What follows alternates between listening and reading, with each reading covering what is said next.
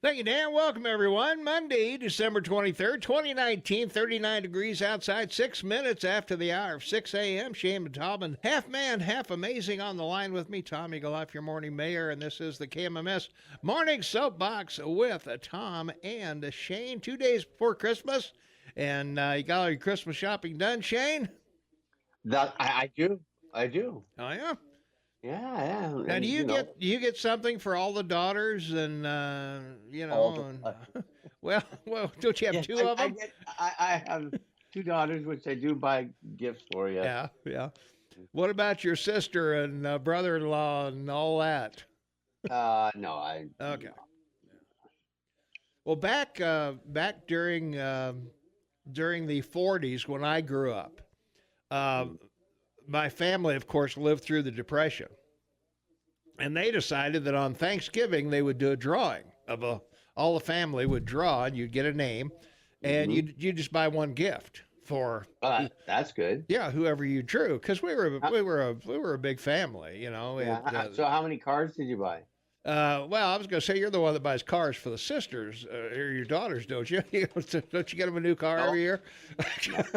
Oh, okay, every other year then. No, no, no. I'm just kidding. I know you are. Yeah, and then of course everybody would spend their money on the kids, so the kids would have a good Christmas, but the adults just got a gift and whatever. Yeah, that was the Yeah. sort of thing in offices you Yeah. do that. Yeah, you'd have the Secret Santa or Yeah. that kind of thing. And did you have a children's table? Children's Day. No, no, no. What we usually did was, we would have presents under the Christmas tree, Yeah.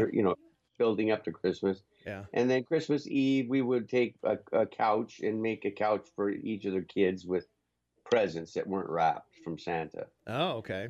So they'd have clothes Yeah. and they wouldn't have, toys you didn't want to wrap Yeah. and jewelry or, Yeah. like crowns and stuff like that. Oh, of course, crowns. And then it would say, there'd be a sign, Cora from Santa. Yeah. And then then you'd eat the cookies and drink Yeah. half the milk or Yeah. whatever. Yeah. No, I meant for Christmas dinner. I had a table where the kids sat and the adults sat at the big table. No, and no, never didn't separated do the that. kids. No, yeah, we had a children's table. Yeah, so Oh, yeah, the children's table. yeah, Okay. it was a rite of passage when you got to leave the children's table and sit with the adults. Oh, really? That Oh. was a big deal. So yeah, we were all. Did you get to drink wine at Christmas? I don't think any. I don't remember any alcohol at any Christmas I ever went to, other than my No, brothers. Yeah, no, yeah. no champagne. Nope. Wow, We were Baptists, man. I guess you were. You don't Yeah, drink, smoke, or dance. that holy water. Yeah, we don't do anything. Yeah. Well, my my brother and sister were the drinkers in the family. So Your if we brother went, and sisters, but they made up for it. Is that what you're saying? my sister used to bring bottles with her just in case. Oh yeah, the You the know. brown bagger in the corner. Yeah, I told my mother one day that my sister's an alcoholic. You know that, right? And she says, "Of course not." I said, "Mom, they bring booze with them." Yeah, that's right. I Exactly. mean, come on. That's like Well, me. That's like me packing a couple of Big Macs just in case. Dinner's not enough. well, that's why one of the things I'm sure you did the same your generation, but when you ever had parties, you'd put in BYO, right? Right. Bring your own bottle. Yeah. Yeah, Hmm. yeah. It was, it was. It's just so interesting because every generation, I think, is so different. Our parents, Hmm. 45 to 65, Yeah. 65 to 85, 85 to Yeah. 2000. I mean, the differences in the generations have been so remarkable. Well, Not just because of technology, but yeah. you know, Well, particularly during our lifetime, because our parents and grandparents went through the Depression. They went yeah, without and they sacrificed and whatever, and they had a little higher respect for money, I think, than my generation did. But you yeah, know, and they yeah. suffered because of the war too. Well, Remember? that's what I mean. Yeah, we had a depression, we No, had war, we had all that stuff they sacrificed for, yeah, and we've had the Vietnam War and the Korean War and then the Middle East wars, and no one had to suffer. Yeah. There's been There was no sacrifice. Yeah, you didn't have to give up sugar or coffee or rubber or steel or anything else to fight the Vietnamese. Right, exactly. And well, the other thing too is that during the '60s, of course, we went through a whole different generation of music and demonstrations and human rights, the whole 9 yards. So yeah, you're right. And now we've got millennials, we got Generation Xers, we got all these people that are they're looking at their parents and say, do I want to be like my parents, or do I want to have material things, or do I not want to have material things? Why do I want to work all my life for a house? Maybe I want to work and go travel the world instead. Or something like that. Or or I'm happy to rent. If I don't like my neighbors, I can always move. Whatever. By the way, did you see that cloud formation I sent you on Facebook? I did. Yeah, that's pretty remarkable. Yeah, Shane sent me looked like a sunset picture with a kind of a circular cloud going on, like it was the beginning of a tornado or something, but it was just the spiral cloud in the sky. That's pretty cool. Yeah, it was very beautiful. Yeah. Well, we probably ought to get some weather if we're talking about the sky and everything. That was my. That was your segue. That was my segue. I thought you'd grab it and go with it. I thought I'd grab it. Well, I did grab it. I'm going with it right now. In the sky. I was a little slow because it's Monday. Oh yeah, Marvelous Monday. We get all the phone calls today. That's right. Yeah. Let's see. Well, today we're looking for partly cloudy skies with a high near 45. Southwest winds 5 to 7, so a pretty nice day today. Tonight we're looking for a 20% chance of snow after 4 a.m. Mostly cloudy, low around 27, but we still got those south winds coming in, so we're not going to have much accumulation, if any. Tuesday, the Christmas Eve day, I guess. 30% chance of snow, mainly after 11 a.m., partly sunny with a high near 38, and light and variable winds again, southwest, 6 miles an hour. New snow accumulation of less than half an inch is possible. I'd be surprised if we got that much, but Tuesday night, 30% chance of snow, mainly before 11 p.m., mostly cloudy with a low around 25. South winds around 5, becoming calm in the evening, and new snow accumulation of less than half an inch. And then on Christmas Day, a 30% chance of snow, mainly before 11 a.m. That'll be kind of nice, sitting there open the presents with the snow coming down, if that pans out. That's Christmas. Yeah. That would be Christmas. Yeah, that would be definitely Christmas. So yeah, on Christmas Day, we got a 30% chance of snow, mainly before 11, and partly sunny, high near 34, calm winds. And they're changing around to the west, so we might get a half inch of snow possibly on Christmas Day. So that would be pretty nice. Back in 1996, Shay, my in-laws came up for Christmas from Tennessee, and we got 24 inches of snow. Wow! And no buildings caved in. You'd like to just, every chance you get. But the real kicker is the record snowfall of 29 inches in a 24-hour period was in April. Wow. Was it really? Yeah, 29 inches in April. And we had one, I remember, in June that brought down limbs all over town. It took till October to clean it up. That was in June of one year. So if you've lived here long enough, you've seen snow in every month of the year. So 2.5 feet of snow is a lot of That's snow. a lot of snow, man. No buildings caved in, but trees all over town were laying in the roadways. So it was. But you usually get that powdered snow Well, June was a wet snow. It was really wet and heavy. Yeah, so I bet it was. Yeah, it was nasty.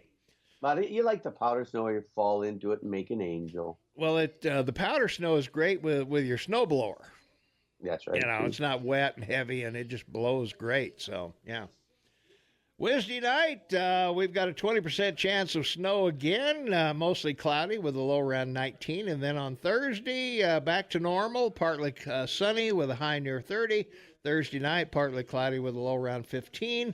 And then on Friday, sunny with a high near 29. Friday night, mostly clear with a low around 17. And then for your weekend, Saturday, it's going to be sunny with a high near 34. Saturday night, partly cloudy with a low around 19. And Sunday, it'll be sunny with a high near 40 degrees. Temperatures around the area right now, we're at 44 degrees in Livingston. Manhattan is 29. I can't believe it's 44 in Livingston. I'm not sure that's right. Well, I don't know. It might be. 29 in Manhattan, 26 in Three Forks. It is 38 in Gallatin Gateway, 42 in Ennis, Big Sky's 28, Gardner is 20, West Yellowstone is 7 degrees, and at the airport in Belgrade right now, it's right at freezing. We're at 40 here, so I don't know. That's a big variation. I'm not sure those are accurate or not, Shane. That's a pretty big difference for 8 miles, so I don't know. Anyway, that's my story. I'm sticking to it. Okay, but everyone believes you. I hope they do. Everyone believes you. Well, let's go. Let's hope so. Let's get that snow on Christmas morning before 11 o'clock while we're opening the gifts and everything. So, road conditions look pretty good right now. We got some high winds over around Homestake Pass and in that area over there near Butte, and also coming down through Ennis and going out of Bozeman on Huffine. There is over to 287. There's some high winds there. And, of course, around Livingston and all the way to Big Timber, there's always high winds there. So a lot of that going on. Also up around Harlowtown and Lewistown, there's some high wind warnings over there. But everything's pretty well green, going all the way from Billings all the way to Missoula's pretty much green. There's outside of Missoula, just south of Missoula, there is some wet and scattered snow and maybe some ice in those areas, so be careful over there. Going down 191 again, ice and snow on the road to Big Sky in West Yellowstone. So be careful going down that direction if you go down that way. So everything else, yes. Merry Christmas to our ranchers, farmers, and big truck drivers. Be safe on the highway. That's right, because we got to take care of those folks right now. Yes. Got to do it, man. We got to do it. Got to do it. All right. All right, we'll be right back. Here's News and Ag. 24 minutes after the hour. It's Monday, December 23rd, 2 days before Christmas, 2019, 39 degrees outside. Shane and Tom and half man, half amazing on the line. And now we're going to have to chat for a while, Shane, because my computer froze up and I had to restart it. The perils of live radio is always a pain. I'll start with, this day in history. Yeah. So George Washington, great commander, he resigned his commission in 1783 after the signing of the Treaty of Paris. Amazing thing, he was the commanding general of the Continental Army, and he's a pretty amazing guy. I mean, we keep talking about all the things he did, but one thing for sure that's relevant today was the Jay Treaty, which in 1795, when he was president, he established presidential privilege and did not want to allow the Congress to have any access to any of the people involved in it, which the House drew impeachment claims but never passed. Yeah. So he was our first president. They tried to impeach our first president. Can you believe that? A guy who was the House. Yeah, it never made it out of committee. Thank goodness. But the one guy who was universally 100% of the vote for him. Yeah. I mean it wasn't a split ticket or anything. It was unanimous for Washington.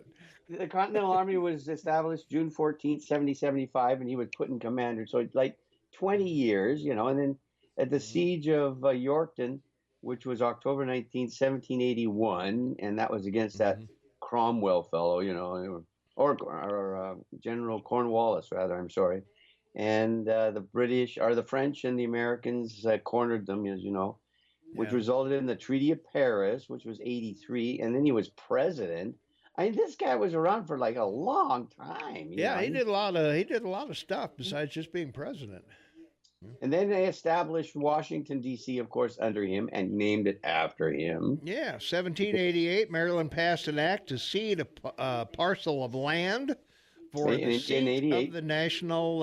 Didn't I say 1788? And in July 16, 1790, the Congress passed the Residence Act and approved it.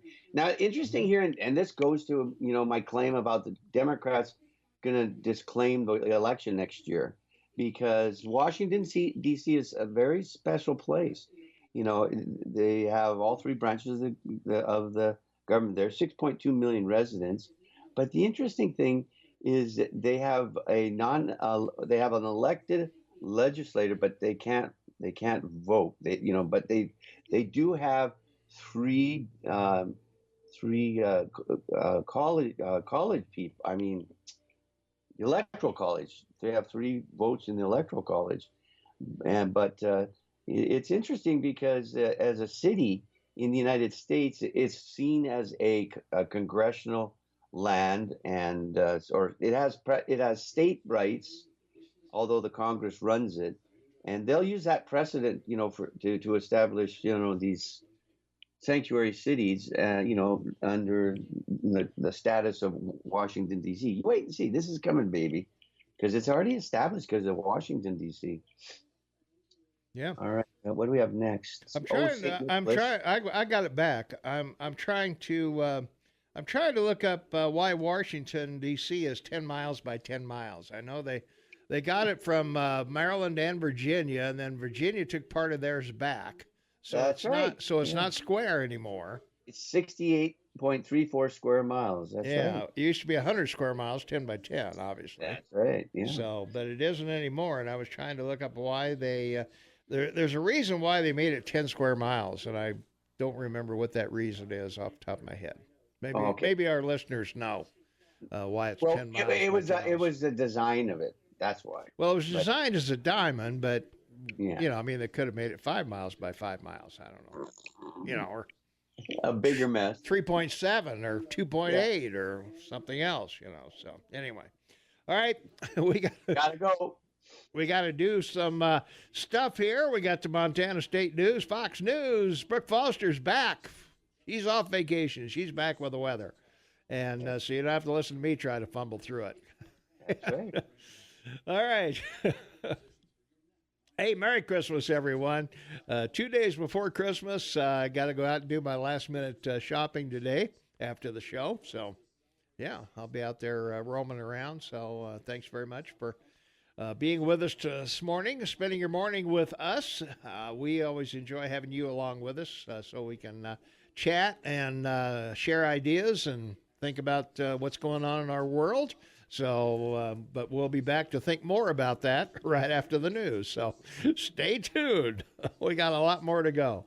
24 minutes before the top of the hour. It's Monday, December 23rd, 2019, 39 degrees outside. We're looking for a high in the 40s today. And Shane Matobin joins me on the Newsmaker line from Vancouver, British Columbia. Glad to have you along with me, man. Merry Christmas to you. Merry Christmas to you, Mayor. Yeah.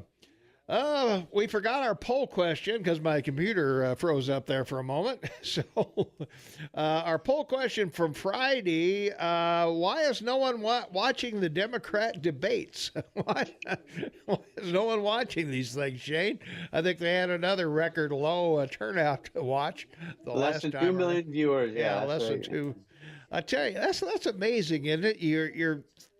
You're looking for people who are going to run for the highest office in the land, and no one tunes in? Well, that's got to tell you the attention level they've gathered. Oh, apparently. Well, 40% of you say the questions are the same no matter where the answers are the same no matter the question. Well, that might be true. 18% said they're boring. 11% said I don't earn anything new. And 5% said, how can anyone not watch them? So, some other answers. I'm voting for Trump. Boring watching a bunch of communists. They They want to turn our country into a socialist nation.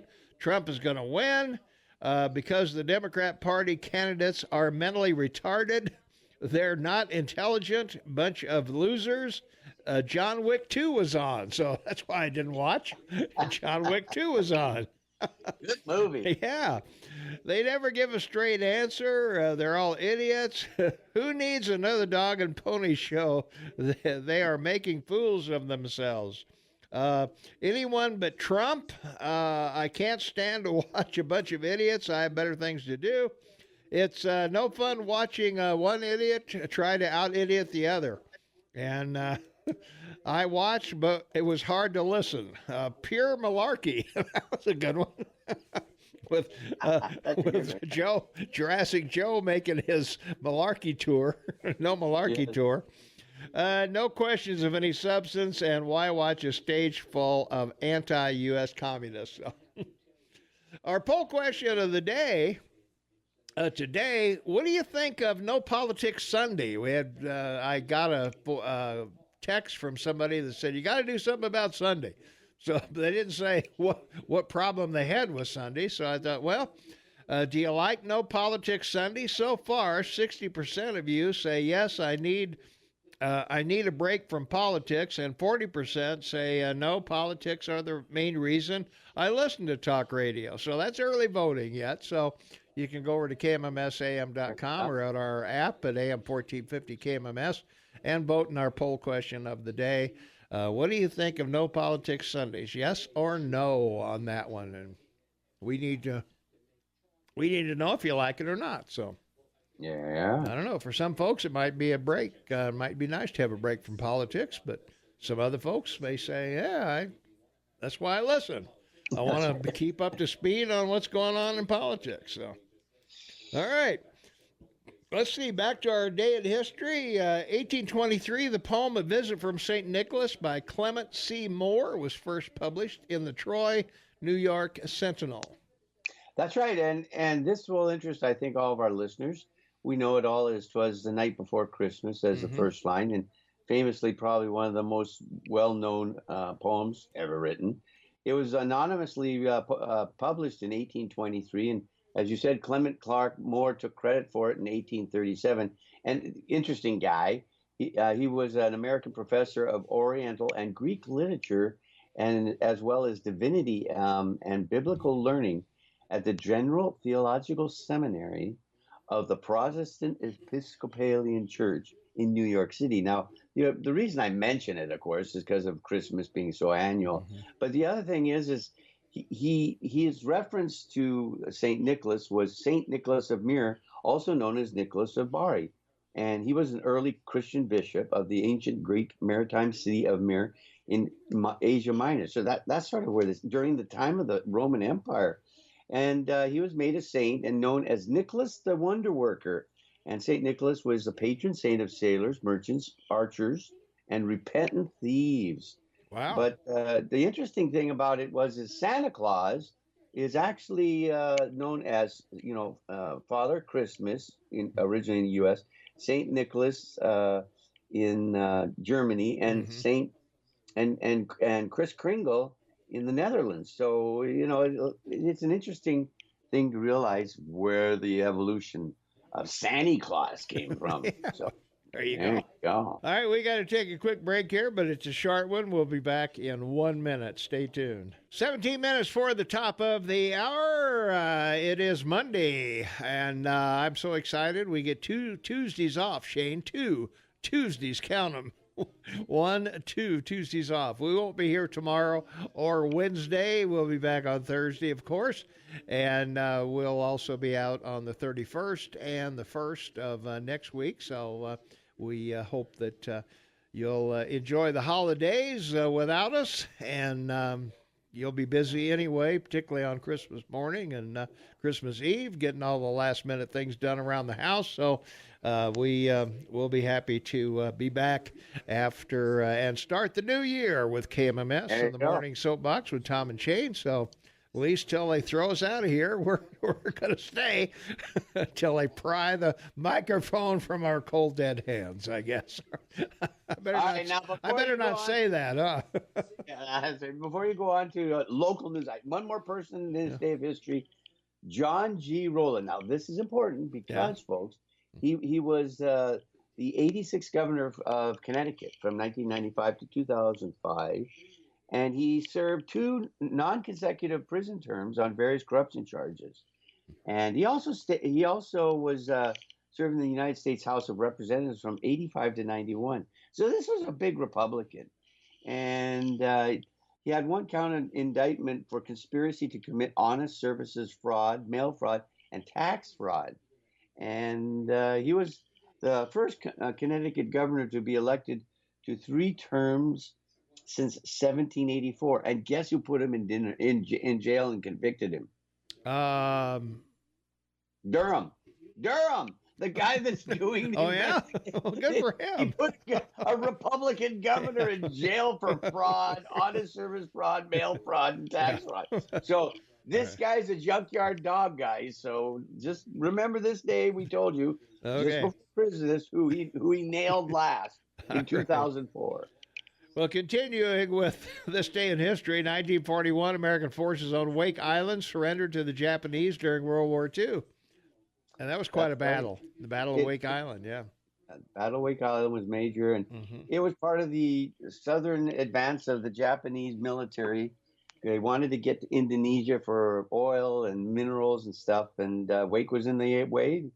Didn't go around anything, conquered everything, the Philippines, the Solomons, and so then they established a beachhead in the Philippines and on Wake Island, and then they were headed to Australia, but they got stopped at the Battle of the Coral Sea. Yes, they did. And luckily for us, they did.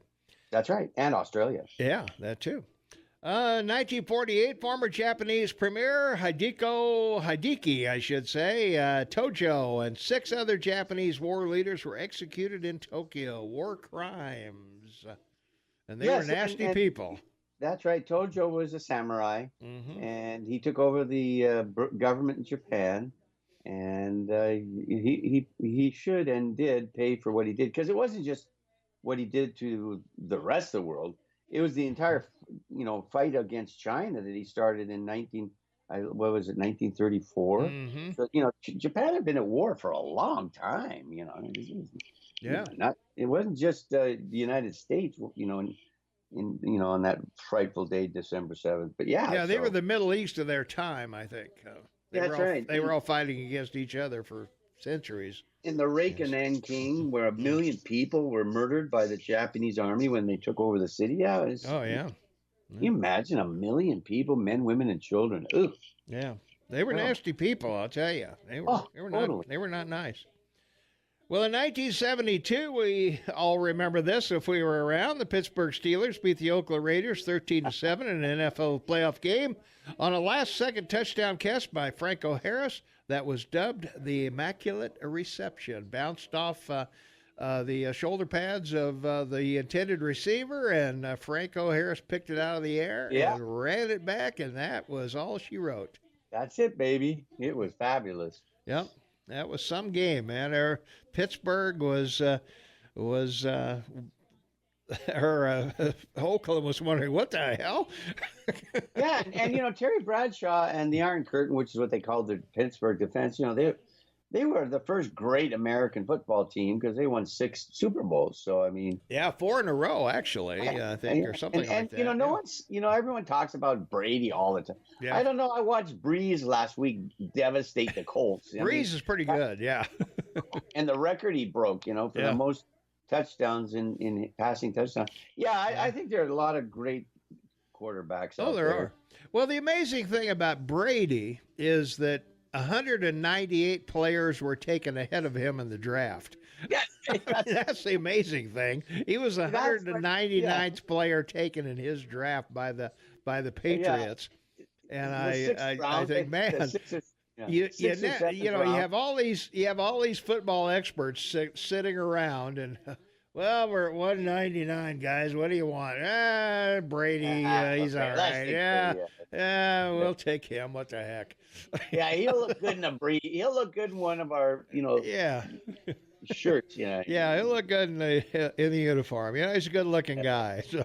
Yeah, exactly. Oh, let's see. We better take a quick break here. But hey, it's only a short one, and we'll be back in 90 seconds. Nobody's buying any time around Christmas time, so we're not going to have many long breaks during the next couple weeks, I don't think. So anyway, we'll be right back in 90 seconds. Stay tuned. 9 minutes before the top of the hour. It's Monday, December 23rd, 2019. 41 degrees outside. Temperatures rising out there, Shane, going up pretty good. So. Don't even have the sun up yet, or barely up, so we're good.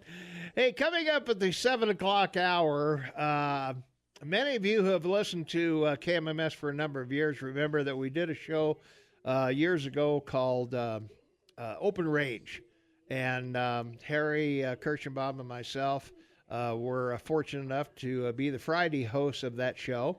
And I found a long-lost segment that we did on Christmas back in 2004, I believe, so about 15 years ago, and definitely politically incorrect. We couldn't do it today, I don't think, but I think you'll enjoy it. Unfortunately, the audio quality is not the best, but we cleaned it up as best we could. So it's listenable, but it's not broadcast quality. So just to let you know, it's Julie, who was our program manager at the time, is running the board. Harry and I are there, and so we do some Christmas bits that we hope you like. So. That'll be coming up 7 o'clock. And then at 8 o'clock, Jeff Krauss is going to come in. Since we're off Tuesday, his regular day, he is considered to come in today. So we're going to have him on at 8 o'clock. And there was a nice article in the Sunday paper about him leaving after 16 years of service in various seats of power. As he was on the MSU Board of Regents, he was the Museum of the Rockies treasurer. He was the county treasurer of Gallatin County, mayor 3 times, and quite a political history. So we want to honor Jeff for his time in office. I think the other night was his last meeting. I don't think we'll have any more till January, and when the new city commission takes over. So. If you've got some kind words for Jeff, 8 o'clock would be the time to call in or text us and let us know what you think of Jeff Krauss. And we'll continue to have him on, even though he's not in office. But Jeff will continue to be a regular on our show. So we're not going to kick him to the curb just because the voters did, or he decided to not run again, I guess I should say. Let's take a phone call. 522-TALK is the number, 522-8255. Caller, you are on the Morning Soapbox. What's up? Morning, guys. Hey. What's up is this impeachment farce. I'm so tired of hearing about it. And anyone you listen to on the Republican side, and even, just the regular news commentators, they're saying there's nothing there that they're even accusing him of that's even impeachable. It's such a farce. And Nancy Pelosi in the House, she's done everything differently than they did with Clinton. Hasn't given the president his due, letting him have his lawyers there and so forth. She's changed, everything about the whole process, which is totally unfair. And now she's changing the process by holding on to the articles of impeachment. Why? Because she's afraid, maybe there's really nothing there. And I can't help but wonder if part of the reason she's not wanting to send it over is because maybe the stuff with Hunter and Joe Biden will come up, and then they'll see what really is quid pro quo and what really is disgusting and impeachable. Well, there is that possibility. It depends on what the Senate wants to do. They've got 2 choices. They could They could really drag this out and bring everybody in, or they could just ceremoniously dismiss it with no testimony of any kind, and we'd be done with it until they try to impeach him again. Right. And you know that the impeachment mindset started the day he won the election. Oh, yeah. You hear that from so many different Democrats that they've been wanting to impeach us. They're just looking for something grasping straws. It's incredible. Well, they can't accept the fact that of somebody who's never run for office before in 2016 becomes the president of the United States, and he's a TV guy. I mean, this is worse than Reagan. Come on. Yeah. You know, if you're accused of something and you know you didn't do anything wrong, you want your chance to let people know and stick up for yourself. Mm-hmm. And that's, what I heard kind of with President Trump. He wants to stay in court. He wants the trial so he can say, hey, there's nothing here and I didn't do anything. Yeah. Oh, it's just crazy. Well, it's a radio dream for us, obviously, because we get to talk about it all the time. It gives us something non-boring to talk about. Well, maybe it is boring, but at any rate, they're going to have to do something after the holidays. So I guess stay tuned, and I'm sure they'll do something ridiculous between now and then. It is just outstanding how she's holding on to the articles and how she's just changed everything, and from past impeachment with Clinton. It's maddening because, for people to say, well, he's not doing the things he said he would do. He's had so much obstruction from Democrats and people fighting what he's wanted to do. That's why the wall isn't built all the way yet. That's why Obamacare didn't get abolished, because he would have been more than willing, and he was more than willing to get these things done. But he had so much opposition. Yeah. It's amazing he's gotten as much of the wall built as he has with all the opposition that he's been facing. Very true. Yeah. Well, if you remember, even during the first year, even the Republicans opposed him in many things. They couldn't come to an agreement on a health care bill. They did get the tax bill passed, and some other things done. And they got a lot of judges, but that's because of the Republican-controlled Senate. Right. And that's really the best thing he's done is that these judges. The more the merrier out there. Yes, I just hope that all the judges he appoints remain true to the Constitution. Me too. And don't try to legislate from the bench, because that's not their job. Nope, it is not, and that's what we're hoping for. So let's hope. I know a lot of them haven't particularly been liked by the Bar Association, but maybe that's a badge of courage. Maybe. If the Bar Association doesn't like them, maybe we should vote for them en masse. Yeah. Okay. Well, Merry Christmas, guys. Well, Merry Christmas to you. Happy New Year. Thanks for the call. All right. Let's see. From our text line, I'm tired of this impeachment stuff. Who cares if Trump cheated? He cheated? How? How exactly did he cheat? I guess you'll have to help me out there. We can't let Democrats win? No, we can't. Free elections are overrated. Do you want communists in office? For 8 years, Democrats call Republicans obstructionists. Yeah, that's true. Now Republicans say obstructionists. They learned from the Dems. Well, I believe they did. So, all right, that's going to wrap it up for this hour. And coming up after the break, we're going to do the open range segment that we've got. So stay tuned for that. If you remember the open range that we used to do, I think you'll enjoy it. And then Jeff Krauss will be at 8 o'clock. Shane and I will do local stuff after the open range segment, and we'll be back with more right after this. Stay tuned. Thank you, Dan. Welcome back, everyone. It's 6 minutes after the hour of 7 o'clock. It's a Monday, December 23rd, 2 days before Christmas. Shane and I will not be here tomorrow or Christmas Day. We'll be back on Thursday. We're excited to take a Tuesday off, 2 Tuesdays, actually. We'll be off on the 31st and the 1st, which, of course, brings us to the necessity of... I don't have complete power here at KMMS, but I do have the power to demand that KMMS cover the New Year's Day parade that we'll be doing at Bozeman, of course, on Monday the 30th from 8 to 9. We'll be at Salmonella's Fine Italian Dining in downtown Bozeman, and we'll be covering the parade, right, Shane? Indeed We Can't will. wait to see the floats coming down. That's right, yeah. Yeah, I wonder if shift floats are, well, I don't know. That's I don't know about that, but Yeah, let's take good. let's take a quick phone call, then we got to get to the open range segment. Caller, you're on the morning soapbox with Tom and Shane. What's up?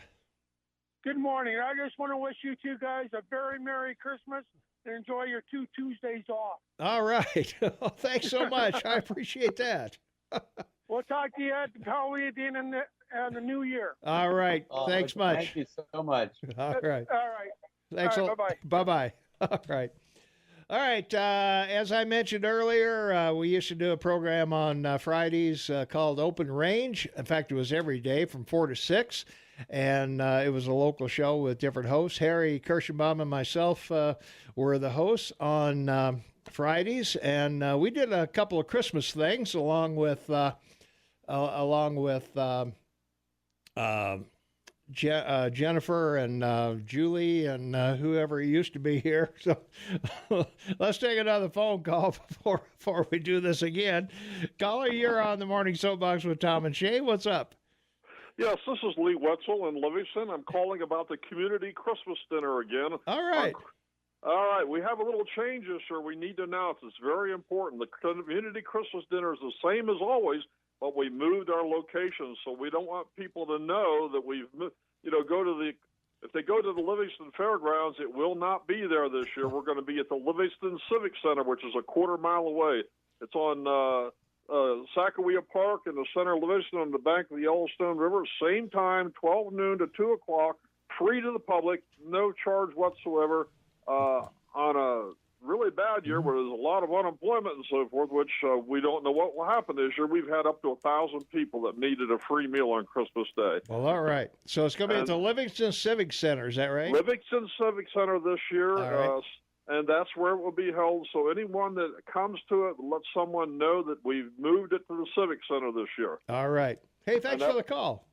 Thank you very, very much. We appreciate it. And if someone needs a meal taken to their home because they're shut in and there's no Meals on Wheels on Christmas Day, the number is 406-220-2278.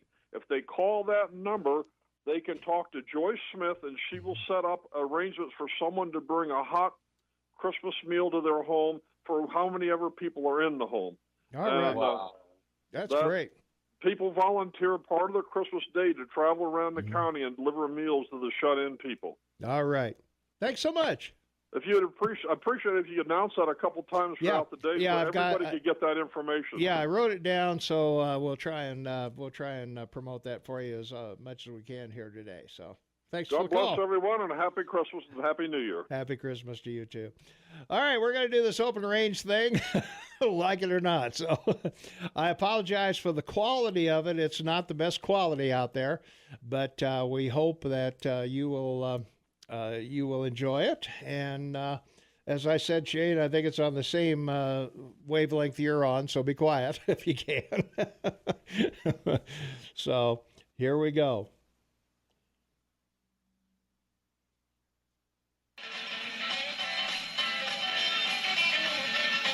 And welcome back to News Radio AM 1450 KMMS in Bozeman. This is Open Range Friday, and we're brought to you by. All right. And a disco? yeah, right. A disco tune I heard there? And if you're obviously if you're looking for that last minute Christmas gift, you'll want to go down to the toy store and pick up a open All right. Hey, thanks for the call. Edition. Yes, thank you very, very much. We appreciate it. And if someone needs a... You got a mask of Harry and myself. You get two little picket poles. And you got a 5-watt radio station that will go from the kitchen into the living room or whatever. So. I want to ask Julie, what if the 3 wise men were women? What would have happened, Julie? You've got to be kidding me. We're deadly serious, They honey. would have arrived on time, Harry, Okay. because they would have asked for directions. Okay. Oh, they would have helped deliver the baby.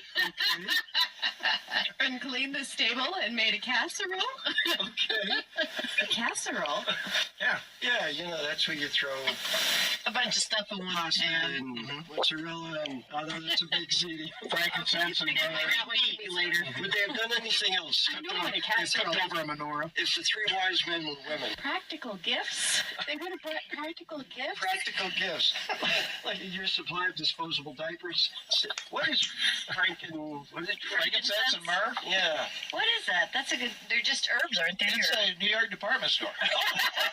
Oh, the one on Fifth Avenue. Next door to Tiffany's. Yeah. All right, well, Knocks your glasses off, huh, Harry? since we've got that casserole, we need to talk about the helpful holiday diet tips that are out there. So I'm gonna, I got it right here in the stack. I got it right here, Harry. So You know, last week we had that nutritionist. that's right, we did. We had the very nice nutrition lady. the 10 items you need to have in your I heard Christmas that. thing. Yeah. Yeah, I wrote them all down. Went home to my wife, and she read In right fact, out. I have a theory about why my family and I are so healthy despite our horrible eating habits. We eat so much garlic. I think that keeps us healthy. That must be it. It's an old remedy. You always at least triple the garlic in any recipe. Both my Jewish grandfather and Grandpa Leo on the Italian side chewed garlic, and they both lived to ripe old ages. So yeah, garlic is good, but that was the nutritional advice. This week, Tom and I are going to give you some helpful holiday diet tips. Tom, you want to begin? I will. If no one sees you eat it, it has no calories. If you drink if you drink a diet soda with a candy bar, they cancel each other out. And I do that a lot. My favorite, if you eat standing up, it doesn't count. I don't get these jokes. Stressed is just dessert spelled backwards.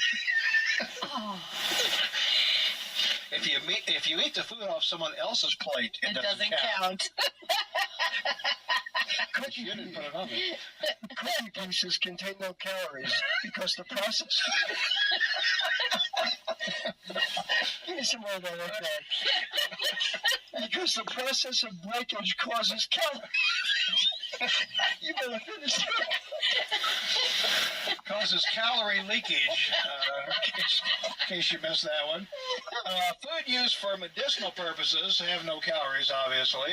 These include chocolate used for energy, brandy, cheesecake, and Haagen-Dazs ice cream. So, When eating with someone else, calories don't count if you both.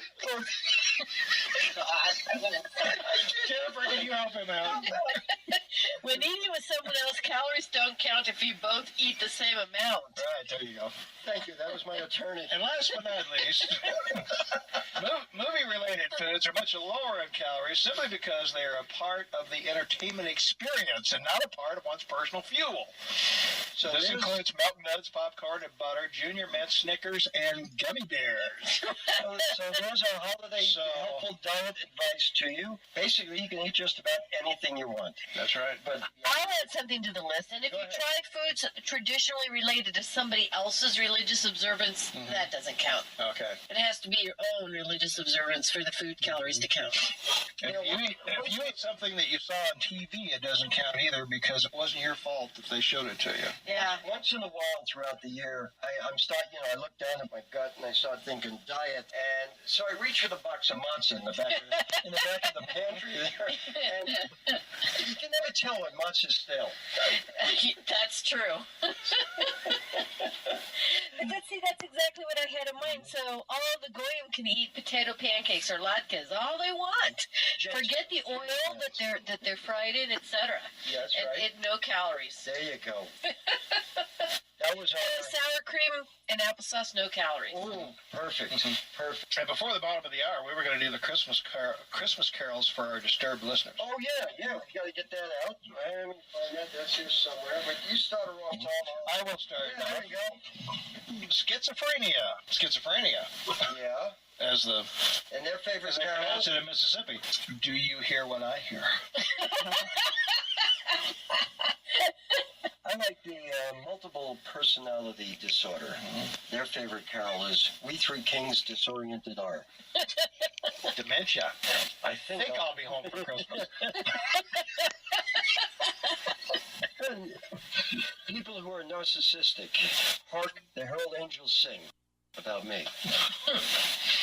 Manic, deck the halls and walls and house and lawn and streets and stores and office and town cars and buses and trucks and trees and we're going to Washington and we're going to Carolina and we're going to...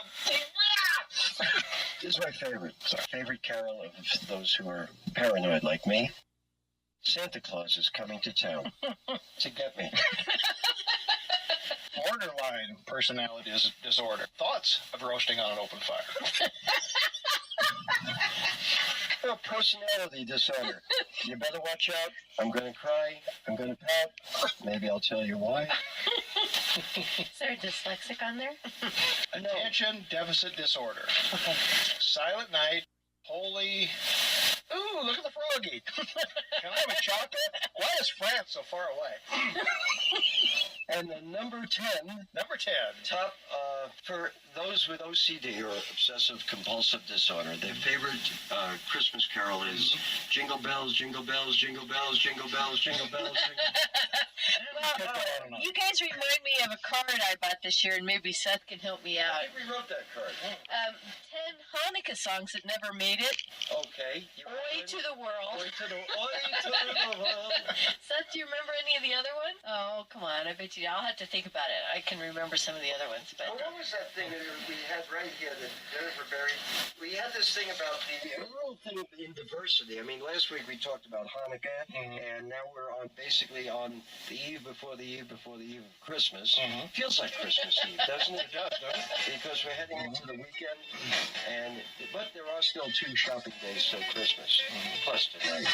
So, you guys can go out and get something for your wife. That's right. There's still time. I suggest a set of tires, a Toyo tires. Nothing says 11 like a set of Toyo tires for the wife. But, and hold that thought till we come back.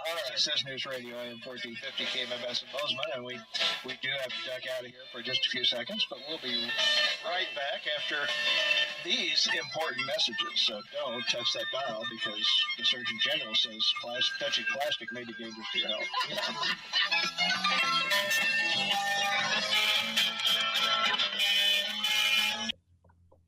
All right, a little bit of open range there for you guys.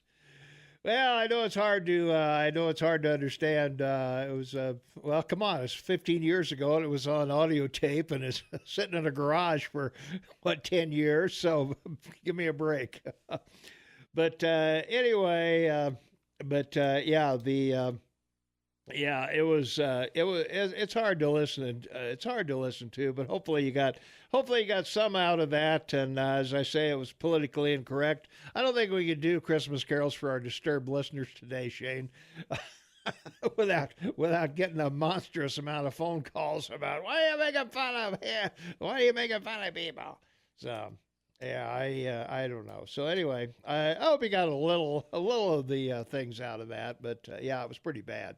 But at any rate, we'll be back, and this will be a really short one because it's only 30 seconds, Shane. So stay tuned. We'll be back right after this. 21 minutes after the hour of 7 a.m., Monday, December 23rd, 2019, 40 degrees outside. And, boy, I should have left it in the garage. I probably should have, Shane. I don't know. Yeah, it's pretty garbled. We tried to play a little bit of open range that we did on Christmas, and the sound quality was not as good. It was definitely not broadcast quality, and with 4 or 5 people talking, it is there is a little bit to understand. But anyway, hopefully you got something out of it. But anyway, for those of you who never heard us on open range, we wanted to give you a little taste of what we used to do. So it was fun to do that show. So we had a lot of fun. We had various segments of people who liked our show. Missy O'Malley, that many of you know, did a perfect Sarah Palin, and she would say, listen to Tom and I could see Tom and Harry from my house and whatever, and we did we had a sponsor back then, the OnStar commercial where they had an accident, and the husband called the wife who was at the hospital or in the ambulance saying, does the radio still work? Can you still hear Tom and Harry? So anyway, Shane, being awful quiet. I didn't hear anything, so I. Okay, yeah, no, I know, yeah, you can't hear it, so no, I'm not asking you to comment on it. I'm just saying that for those of you who remember Open Range, it was just a fun show to do, and we had a good time doing it. So, all right, let's see. We still got a couple things we need to talk about locally. One is that Jeff Krauss will be in at 8:00. And we're going to be talking with him about leaving the city commission and leaving government, I guess, and see what his plans for the future are. And as I say, if you want to comment to Jeff or thank him or whatever, that would be the time to do it. Text us at 478-8298 or give us a call while he's here at 8:00, and we'll be happy to pass that on. Let's take a phone call. 522-TALK is the number, 522-8255. Calling on the Morning Soapbox with Tom and Shane. What's going on? Hello. Going once. Oh, excuse me. You're there. You're on. What's up? I haven't woken up yet. We haven't either. I'm cleaning my glasses. Oh, okay. I'm sorry. That's okay. This is Judy, and Open Range was it was so funny always. Yeah. We loved it. We never missed Open Range. Well, good. Yeah. Yeah, we had a lot of fun doing that show. That's where the parade started. We started doing the parades. And we had a lot of fun listening to it. I know. Yeah. Well, thank you for everything, you guys. It's been a wonderful year. Well, thank you for that. Yeah. And Merry Christmas. You've made our year. You've helped make the year just wonderful. Well, good. Well, that's our goal. That's our goal. And we're so happy about all the successes that our Trump has had. Yeah. So thank you for reporting all of that, and we enjoy the callers. We thank everyone. Merry Christmas. Well, Merry Christmas to you. Thanks for the call. Yeah, we appreciate that very much. Yeah, thank you. Okay. All right. Bye-bye now. Get back to your glasses. Yeah. Okay. Bye-bye. Bye-bye. All right. Well, that was nice, Shane. Very much so. Yeah, nice call. Yeah, we appreciate that very much. Yeah. Well, particularly, as I've said many times, we're sitting here guessing what you want to hear. And, I don't know. Sometimes it's repetitive. Sometimes it's too much. Sometimes it's maybe not enough. I don't know. But, we're... You can always call and let us know. Yeah. Yeah, that's the good thing that, as I always say, we're a family here. This isn't like you're listening to music and, the folks that are on the air are fun folks and, give you bits of information and things like that. But we're sort of like we're sitting in a big, huge room and we're all talking to each other. It's great. So, one other thing that I wanted to mention that was in from Virginia.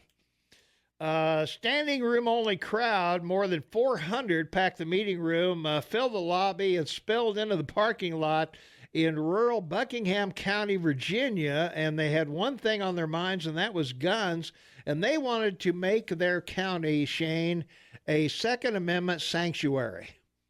A Second Amendment sanctuary. And they showed up for that. Similar scenes have played out across Virginia over the last 6 weeks. Gun owners are descending on local offices to demand that their government leaders establish sanctuaries for gun rights.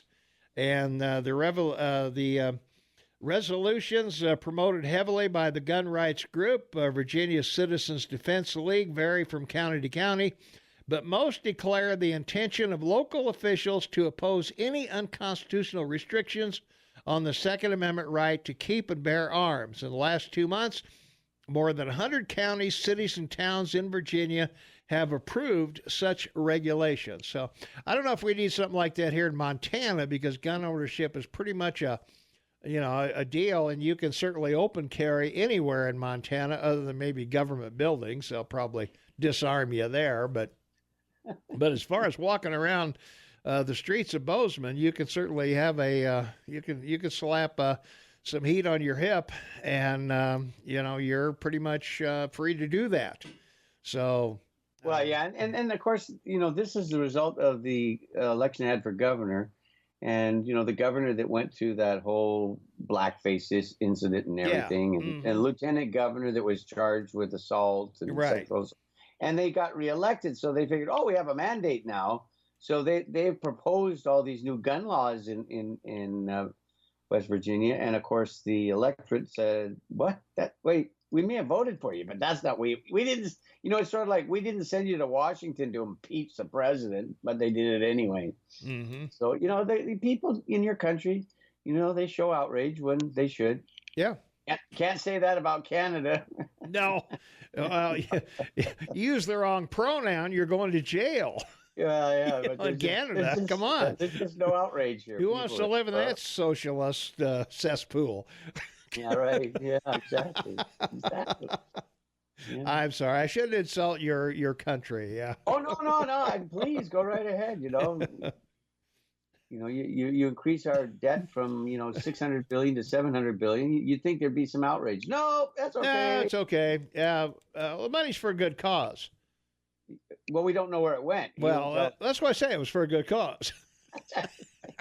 That's all you need to know. That's all you need to know. Yeah, you don't know where it went, but it was for a good cause. So forget it. Yeah, trust me. We in the government are way smarter than you are. So don't even.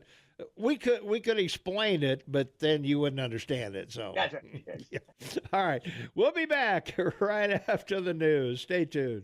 24 minutes for the top of the hour. It's Monday, December 23rd, 2 days before Christmas, 2019, 40 degrees outside. Shane and I will not be here tomorrow or Wednesday. We'll be enjoying the festivities with our families and friends, and we will see everybody on Thursday, of course. And we will also be off on the 31st and the 1st of next week. And but we will be covering the Bozeman New Year's Day Parade on the 30th from 8 to 9. So be sure to check that out, and we'll be happy to bring you that, of course, as we do quite often here at KMMS, because, we're local. We got to cover local parades and stuff like that. So amazing floats lined up. If you have any float ideas, by all means, text them to us. Yeah, we'd love to have some local floats in the parade, 478-8298, or call us with your float idea, or text us, or whatever, app chat us on our app chat line at AM 1450 KMMS. We'll be happy to take all of those messages. Yeah. Let's see from our app chat line. So the teacher from Helena that got busted for all the drugs got no time in jail. Say what? Love you guys. I am the most informative friend in my circle because I listen to you, Tom and Shane, pretty much every day. Hope to listen to you all through the new year. God bless Tom and Shane. Well, all right. Well, we appreciate that very much. That's from Kelly here in Bozeman, and we appreciate it, Kelly. Thanks very much for the kind words. We always appreciate that. If you don't know how Trump cheated our election process, you might be in a cult. Sorry. Well, if you could explain to me how he cheated, I'll be happy to admit I'm in a cult because I don't see it. I don't see how you can change the vote in states, when there's no internet connection to the voting machines. There's no, please help me out. The question back is, can you explain to me how Hillary got along with interfering with the election with the Russians? So, so please explain it to me. I'd like to know. So let me understand this from our text line, 478-8298. Let me understand this. With Republicans in control of both the House and Senate and the White House, Democrats were obstructionists.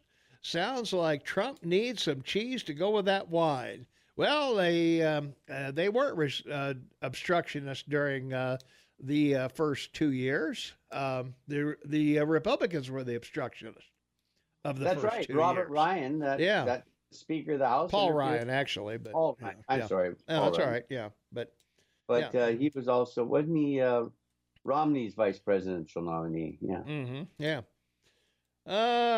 Can't win fair, so he has to cheat and lie. Well, okay, if you say so. Wait till next year comes. Boy, I was going to say, gonna have a rude awakening. Yeah. Well, I don't know. Buttigieg is the number one recipient of corporate money, Shane. Somebody knows something. Exactly. Well, they just know that he's the most moderate probably on the stage. Luck. Yeah, that's probably true, but I don't know. Can we do you think it'll be okay to have a first man in the White House? No, it's not. That's not going to happen. It's just not going to happen. You don't think so? No. Yeah, he's playing for a spot as vice president. You think and so? When he doesn't get it, he'll complain to to the minority, the gay community. Oh, I was cheated because I'm gay. You can see it. I mean, it's right in front of you. This is not difficult. Yeah. It's not. Let's see. If the impeachment process makes it to trial in the Senate, it will definitely be our best opportunity to get to the bottom of the Burisma corruption case. Oh, I disagree. Yeah. Well, no, the Senate can investigate. They've got 8 committees in the Senate, led by Republicans that can investigate it and come up with far better and more interesting information than any trial. Okay. They have oversight. So just like the House, they should be having, investigate. They should be investigating. Why wouldn't you investigate? He's on tape. Yeah. Let's see. Hunter Biden has no education nor expertise in the energy sector, of which Burisma is a part. He has no real corporate experience that may additionally qualify him as a board member. What we do know is that he is extremely immature and irresponsible, as evidenced by the drug paraphernalia, Secret Service identification, and damage of personal property regarding Hunter Biden's rental of the car from Hertz, and yet not one Democrat wants to investigate this impropriety. Trump did think something was corrupt about the whole thing and was the only one with enough guts to do something about it, so let's impeach him. There you are. There you go. Amazing how the lefty libs are still trying to convince themselves that Donald Trump rigged the election. We have had every Democrat congressperson working on it 24/7 since he was elected, and still nothing. He got Ukraine to damage Joe Biden. Well, that doesn't have anything to do with the 2016 election. Paul Ryan, a true conservative, obstructed Trump spending and liberal garbage. You can't see how getting Ukraine to simply announce, not actually do an investigation could damage Biden. No, I don't. Biden's still first in the polls. So where's the damage? Yeah, exactly. Give me some damage. Yeah. We got to take a quick break. We'll be back in 1 minute. Stay tuned.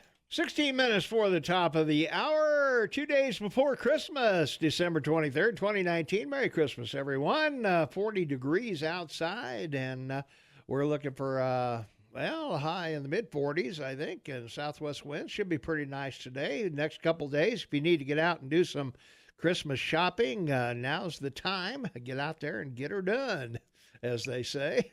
Right, Shane? Yep, you and all those guys that shop on the 24th of Christmas. Yeah, Tuesday. that's me.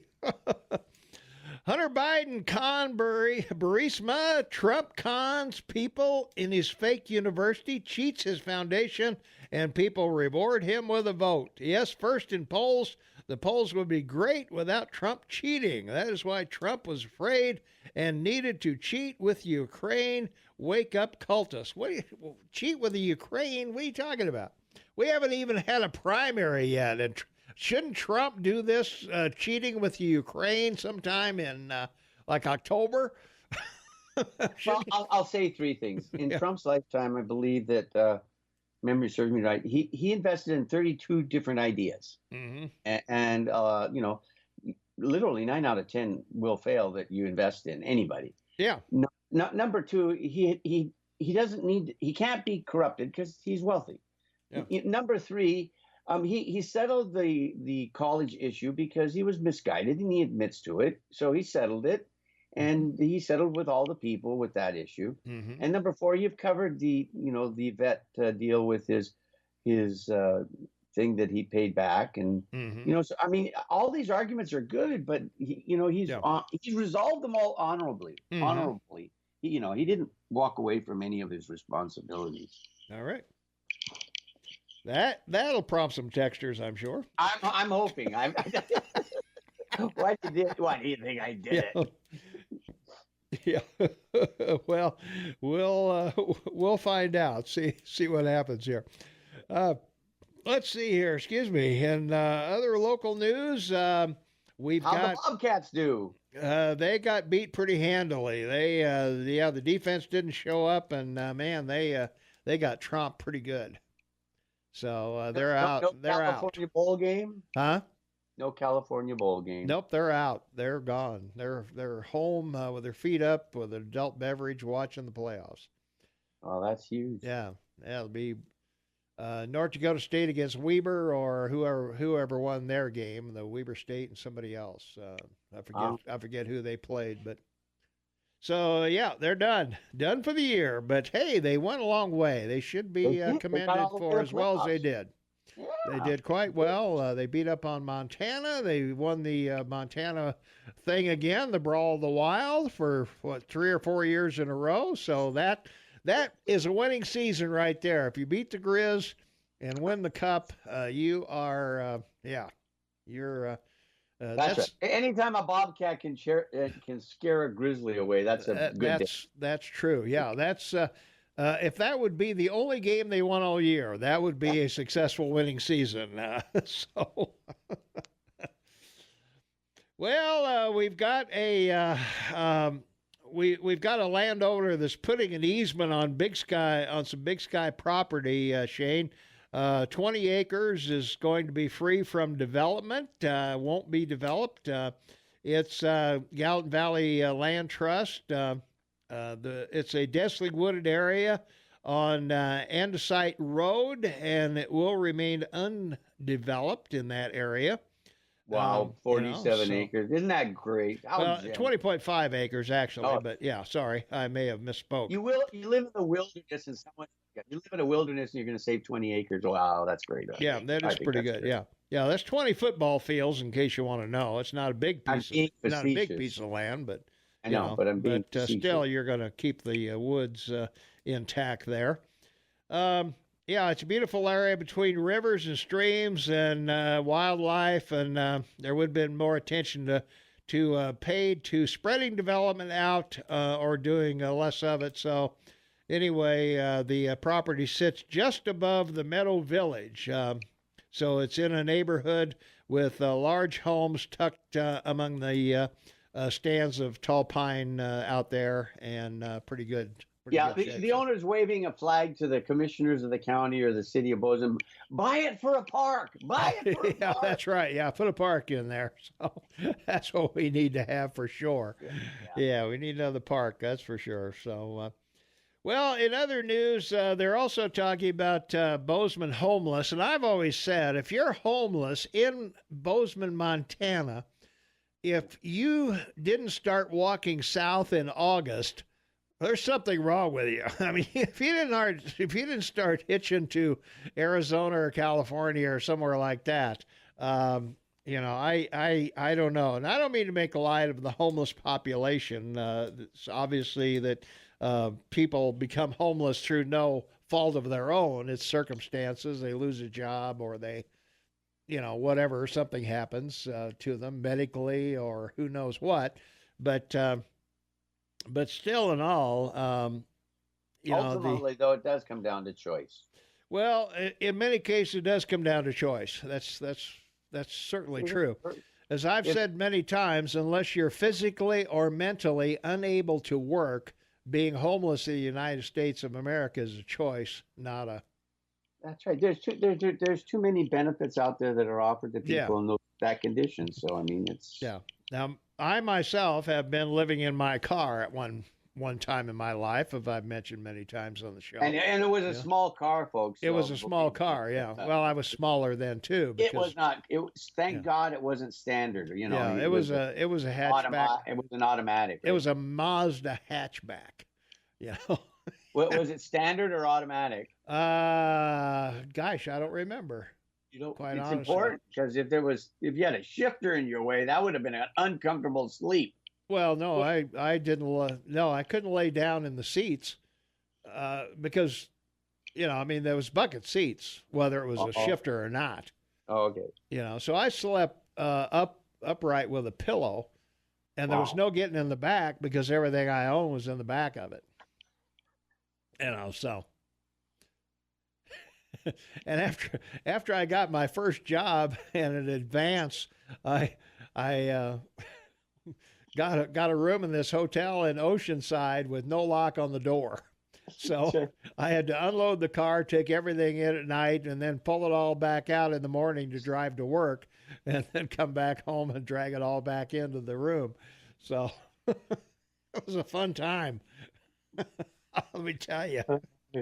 Yeah, and he only rented the room every couple of weeks because he needed the ironing board and the iron. Yeah, that's right. Yeah. The press is closed. Yeah. Yeah, I rented a room in a house from a woman and her little kid, and I come home from work and the kid's in my room going through my pockets in my pants. That's good. That's looking for money. So I tell you, it's I don't know what to tell you, man. It's Christmas. Merry Christmas. Anything that doesn't kill you makes you stronger. That's what they tell me anyway. So I speak from experience that homelessness is not impossible to get out of, but you got to realize that when you think about it, being homeless isn't all that bad. There's always a place to eat. You know, there's always a church or a soup kitchen or some place somewhere they'll give you a meal.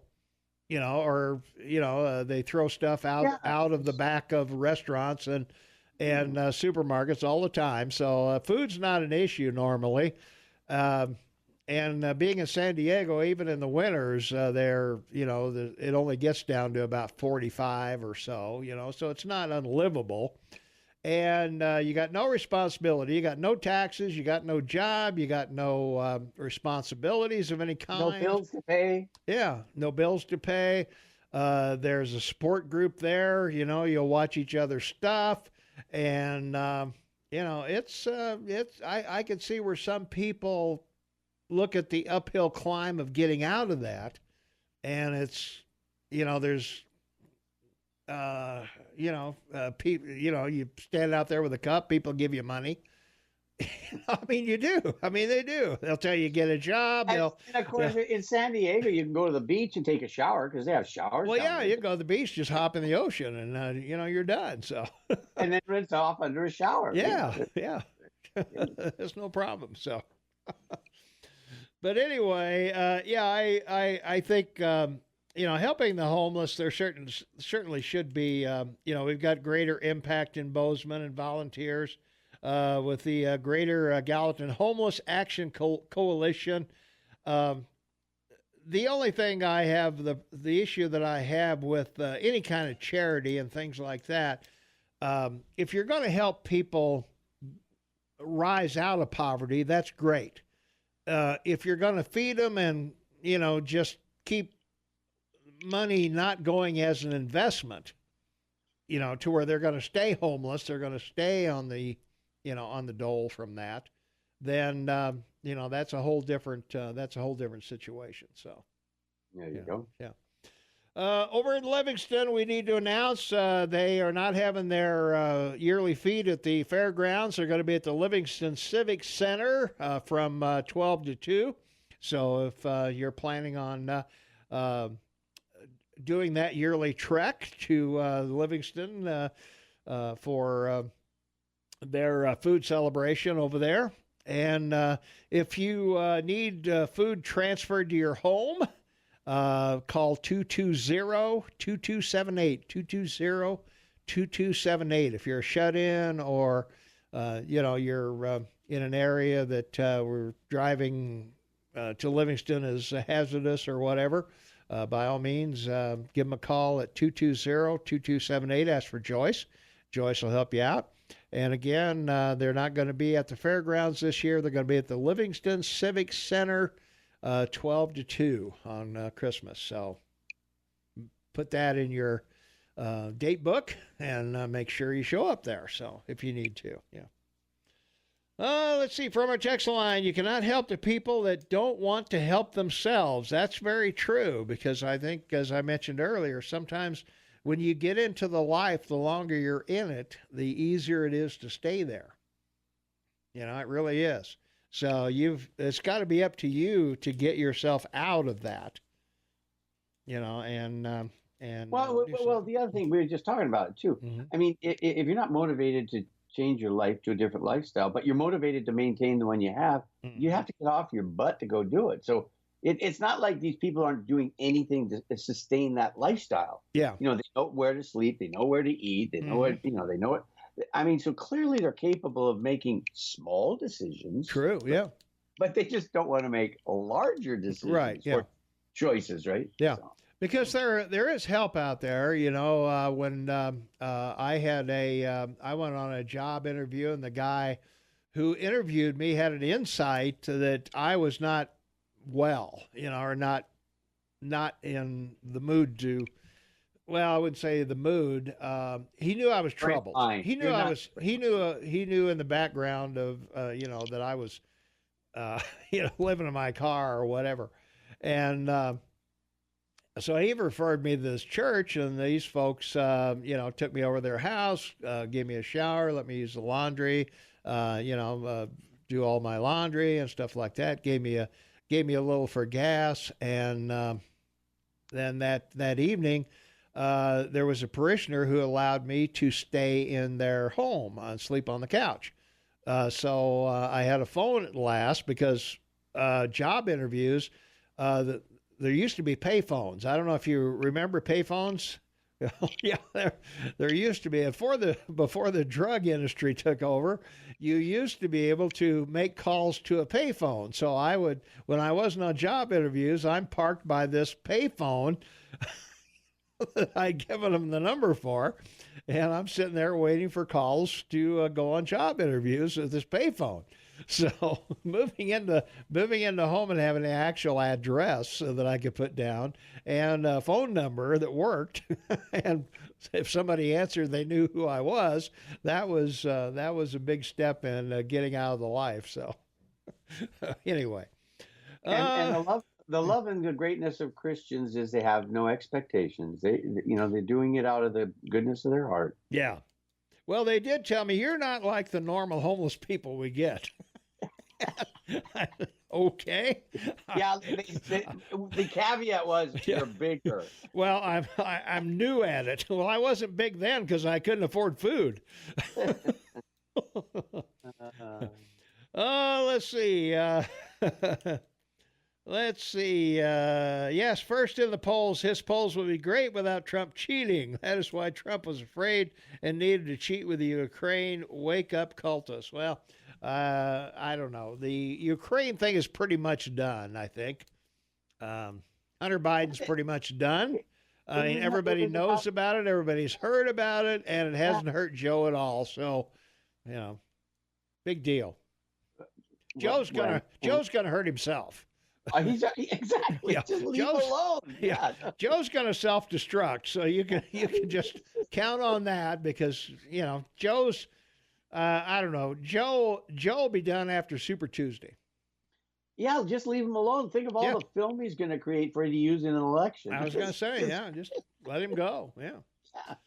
All right, Jeff Krauss will be in this morning, and he's already texted me that he is here, so I've got to go out and let him in, and we'll be back with him. And again, he's leaving after 16 years of service, so if you've got some kind words for Jeff for appreciation of his service, then by all means text us at 478-8298, 478-8298, or give us a call, 522-TALK, and we'll be back with Jeff right after this. Stay tuned. Thank you, Dan. 6 minutes after the hour of 8 o'clock, 2 days before Christmas. It's the 23rd, and Jeff is running around chasing a mouse around the place here. Finally corralled him. He'll be at the mic here in just a moment. Good morning. Good morning. Yeah. Mouse is getting excited here. He's running around, jumping off the chair and getting Welcome excited. to the house, Mouse from the Krauss, and thank you for the great year you've served the community, being here every Tuesday. You're a terrific guy. Terrific. Yeah. Well, thank you. Yeah, it's unless we have an emergency meeting between now and January 6th, I guess, at 5:59 p.m. Ooh. That will be my last moment as a commissioner, actually. All right. Do they swear everybody in? Right. Well, the charter says your term begins with your first meeting in January. So the minute they start to meet, old term ends, new term begins. Okay. Yeah. All right. We are going to have you continue to come in, but you're not going to be here during the month of January. So I don't want anybody to panic that you're not going to be here. We have you in today because we're not going to be here tomorrow. So we didn't want to deprive the. I didn't want to wait a month to thank you for all you've done for the city and all of that. Well, thank you. You and I have known each other probably since I got here in '93. In one form or another. So we certainly, can't thank you enough for, when we look around the city, your fingerprints are in a lot of places. Yeah. A lot of positive places, I should say. I think so. And the article in the Chronicle touched on some of them. And, there's all kinds of big things, little things that you do over time. And some of them are pretty small, right? It was great on Monday night to have the veterans show up. When the gas explosion happened and we lost Bowman, Ms. Bowman, that was a tragedy for her and her family and for the city. Mm-hmm. And for the Legion, who lost everything. Yeah. Right? They lost that was totally everything. Gone, yeah. And but fortunately, it happened early in the morning, or otherwise all those places would have been full of folks. Oh, yeah. Well, they lost everything they had, right? Yeah. All of their stuff over the years and the things they used to line the streets and put the crosses out at Memorial Day and everything. Yeah. So the flags. they had to start from scratch, and they were the first ones to rebuild. Yeah. And there's a lot to say, and in the process of figuring out how to start from scratch, they came to me and said, "Well, Jeff, we think we ought to do a parade, to draw attention to this." And they were fundraising and everything. I mean, they were just out there in the community saying Legion, Legion, Legion. And I said, boy, not since 63 or 64, except for the one time they went up to the Museum of the Rockies for Weapons to Change the West. So for a long time, we'd had this Memorial Day parade hiatus. And so they brought that back. And I said, well, if you bring it back, I'll try to convince the commission to put aside a little bit of money to pay for the people that set up and take down. And, we don't actually give the Legion any money. We just pay city employees to do the work that needs to be done on a holiday, right? Yeah. And so we got that done. And as Lynn Albright will tell you, I'm at every parade. So somebody noticed that, right? Yeah. And then as part of that effort, they had done the wall. They had done the All Wars wall that's behind the Vietnam Wall, where you can get a plaque.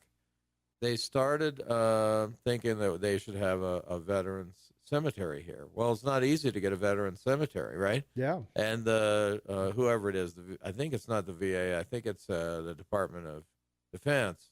I think, I'm not sure. Said, well, no, you don't need it. There's one in Laurel. There's one in Helena. You don't need one. And the veterans said, well, I think we had been talking. I said, well, I think, we've already set aside land up there, so let's just set it aside for Veteran Cemetery, the exact size and specs of a official veteran cemetery. And then the Southwest Montana veterans and from all over, legions from all over Southwest Montana began fundraising. And there's going to be a columbarium, an official columbarium up there, and they've just done it. It's a classic Montana story where they said, well, we think we can do it at first and then ask for recognition later. Yeah, it's always better to ask. It's always easier to ask for forgiveness than permission, right? Yeah, I think that was the classic, right? There's somebody learned something, and so we think they will. We think we got two strong senators, and we think that they will get it done eventually. So, that was a thing that happened on my watch that I tried to encourage at every step. You go to the parade, stand by the Gold Star family, see what that's like. So, I was going to say, that's definitely. Let's see, from our text line, 478-8298. Jeff, you'll be dearly missed. Thank you for all your work. And we ditto that, certainly. So, yeah. What are your plans now? What are you? You're retired, obviously. You're just gonna sit back and enjoy retirement and play with the dog. I don't have any idea. Well, I'm gonna. I'm sort of thinking about it, right? And it hasn't been my job, right, to be a commissioner. That's always been my avocation, I guess. Yeah, it doesn't pay. It doesn't pay a living wage. Pays some, and there's insurance associated with it, but it isn't like I didn't work, right? Yeah, sure. I'm a certified public accountant, retired. Yeah. And I should have had you doing my taxes all these years. No, that's right. Yeah, that's a good idea not to have me do that. But all of those things. This was my sort of life's work on the side, I guess you'd say, right? Because because you were county treasurer, you were treasurer of the Museum of the Rockies. Yeah, finance director. Yeah. Mm-hmm.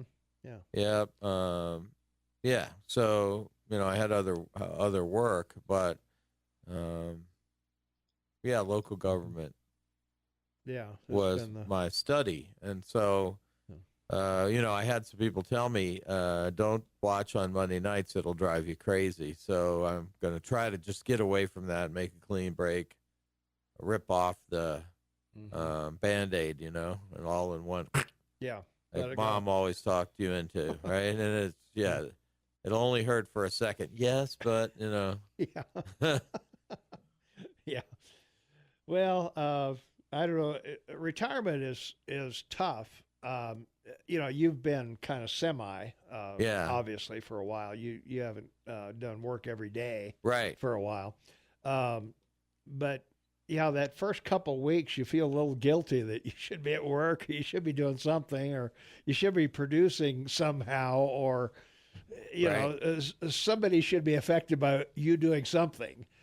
Yes. Yeah. I think, I felt that a lot already. Right. And this has been the go-to for the last couple of years, but keeping me busy, but we'll see. I mean, obviously I've had a couple of years to think about stuff, but I don't know. Some friends of mine have been all too willing to find something for me to do. So we'll see. Well, there's always Amway. I think, that's right. Yeah. We'll get into some multi-level marketing. Yeah, do that. I'm fully retired as far as Social Security and Medicare and those kind of things. In fact, I got to go after this and sign up, for Part B. Oh, yeah. Yeah. I've waited in line out in front of the Social Security a few times now. It's funny. I think when people say, "What's your hometown?" And I first came here in 1975. And I've been a full spectrum here, right? I've been a student. I've had a good full-time job, and then I've been unemployed a few times. Yeah. It's a risky town to have, like, your career tied to a specific industry. In my case, it was the railroad to begin with. And when they leave, you don't have there's not a fallback position, right? And ask any person that worked at a lumber mill around here or in Missoula, or some of the other resource industries that we've seen disappear. You just don't go learn to code. True. Right. That wasn't what we did back in the 80s. Right. and even now, I don't think it's the answer for everybody. Not everybody has the talent for that, and or wants to do that. And so, learning how to survive in this town from a number of sides, I think helped me be a commissioner, right? Yeah. I have a lot of sympathy for renters. I've been a renter. I've been, as you talked about, sleeping in the car. I slept in the furnace room. Yeah. On people's sofas. It's not a easy town to change course in midstream or just graduate from high school and say, what am I going to do now? Yeah. Because there's a lot of jobs where you can ask if you want fries with that, but there's not a lot of jobs where you see the career moving forward. And so, that was a big piece of what I tried to do as a commissioner and regent. And, I think Gallatin College speaks for itself.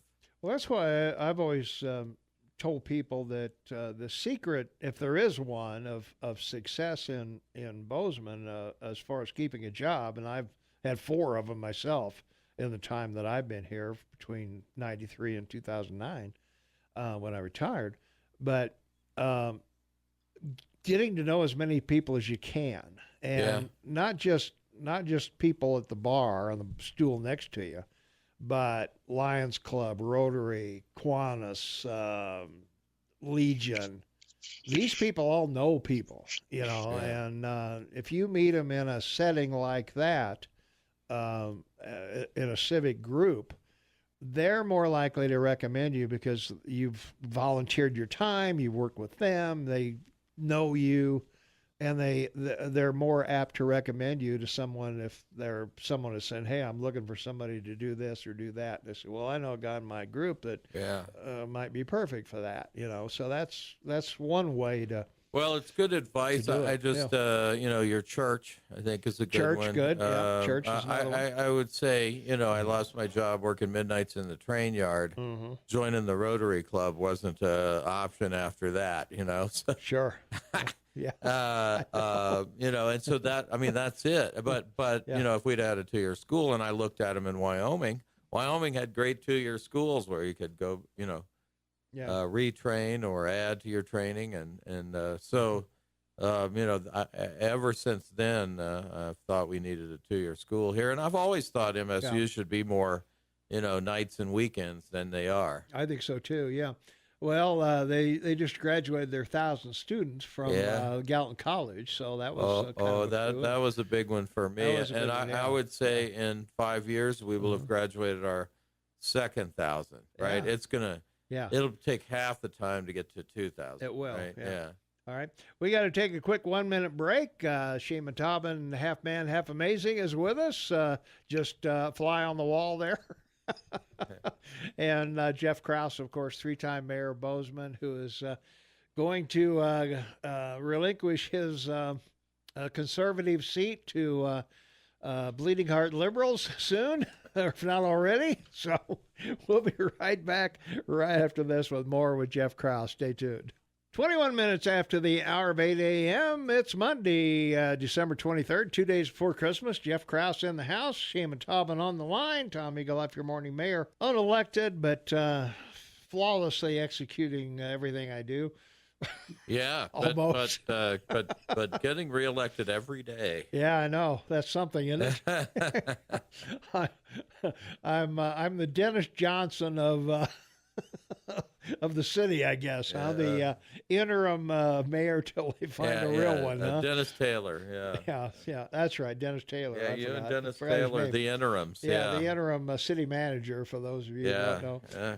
And I was telling somebody the other day, I ran into Chris Kukulski at the grocery store the other day. Oh, did you? Okay. He was in town for his daughter's graduation from high school, I guess. I think. Really? So, yeah.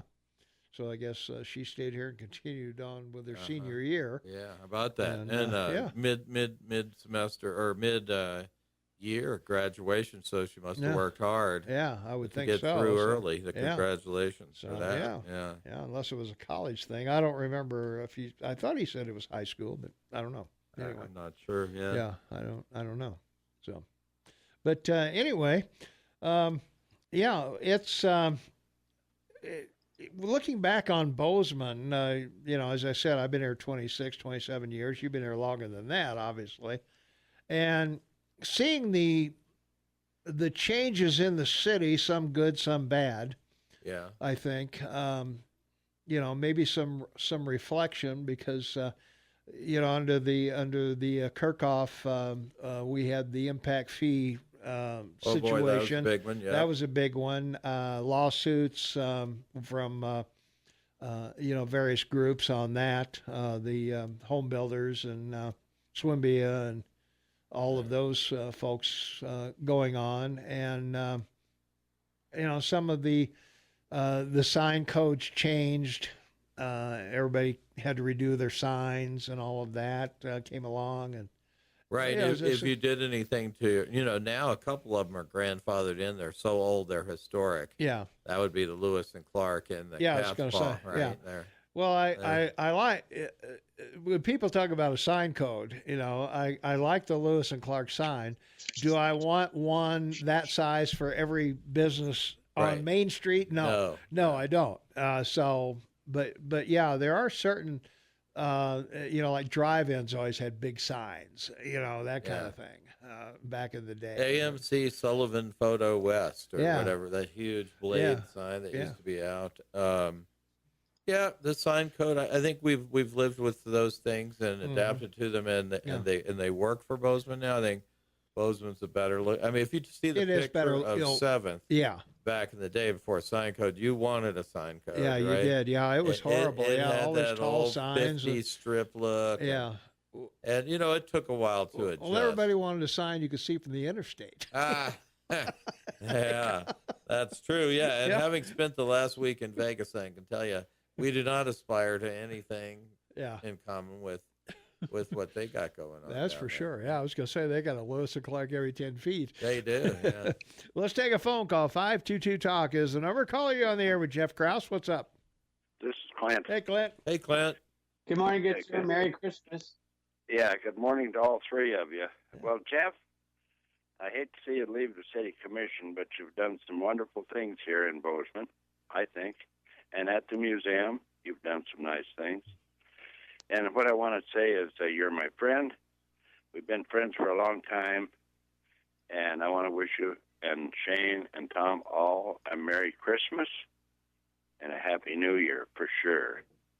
And I'd like to see you run for the county commissioner seat. Yeah, they have districts, and I don't think I'm in the right district, but I'll check on that. Well, I'd like to. If I wasn't so damned old, I'd run for it in a heartbeat. But I'm too old, and so I'm asking a friend of mine, maybe if you could get in the district, like I am, and run for it. I think everybody in this valley would appreciate it, and I appreciate you being my friend. And, and thank you so much, and Merry Christmas, Jeff. Merry Christmas, Clint, and yes, we are friends and have been for a very long time. Yep. Okay. Bye-bye. Bye. Right. And probably not too many people here anymore ever went out and bought auto parts from Clint's dad. Yeah. But, I've done that too. I did that too, right? Yeah, so, Clint and I used to talk about mining a lot. And, of course, he had the great idea to do the combined city-county, 2 cities and county wastewater treatment plant, which I think will eventually happen. Clint's idea will eventually happen. Yeah.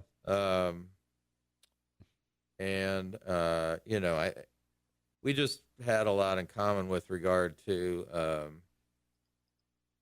sort of there are things out there you can do, go get them.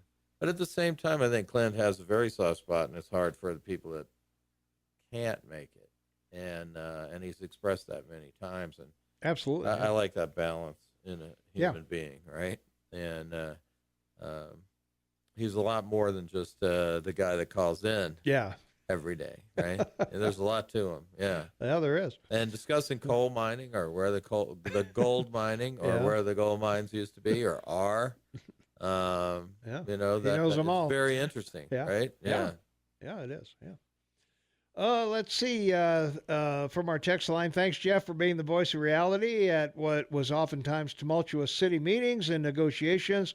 We need many more of your truthful, candid, and astute viewpoint. Have you ever said why you want to step down? And if this is your last official hurrah in an official capacity with the city, Merry Christmas to you and your family, Jeff. Merry Christmas to you and your wonderful families, also Tom and Jane, Steve-O's brother-in-law, Henrik. So, all right. Well, thank you. So it's been 16 years for me. And, once I had retired, so I have a totally different view than the mayor that's coming in, who's actually left his job so he can devote more time to being mayor. I felt like I was a better mayor or a better commissioner if I were fully engaged in the day-to-day of the city. So when I was, not the city government, but the city as everyone experiences it. Right. When you have to get up and go to work every day, when you have to get up and, people say, oh, we should take transit. Have you ever taken transit? Yeah. You should ride your bike. Have you ever ridden your bike? Yeah. You should use this daycare or that daycare or rely on this or that. Have you ever done that? You know what it's like to be broke and homeless in town? And so I think living it is a part of it. And I wasn't, I was retired and I felt a little disconnected from the people I served. Yeah. That's really one reason. And then I did want to see a second generation. I wanted to see who could step up, and we do have Michael Wallner stepping up. Yeah. All right.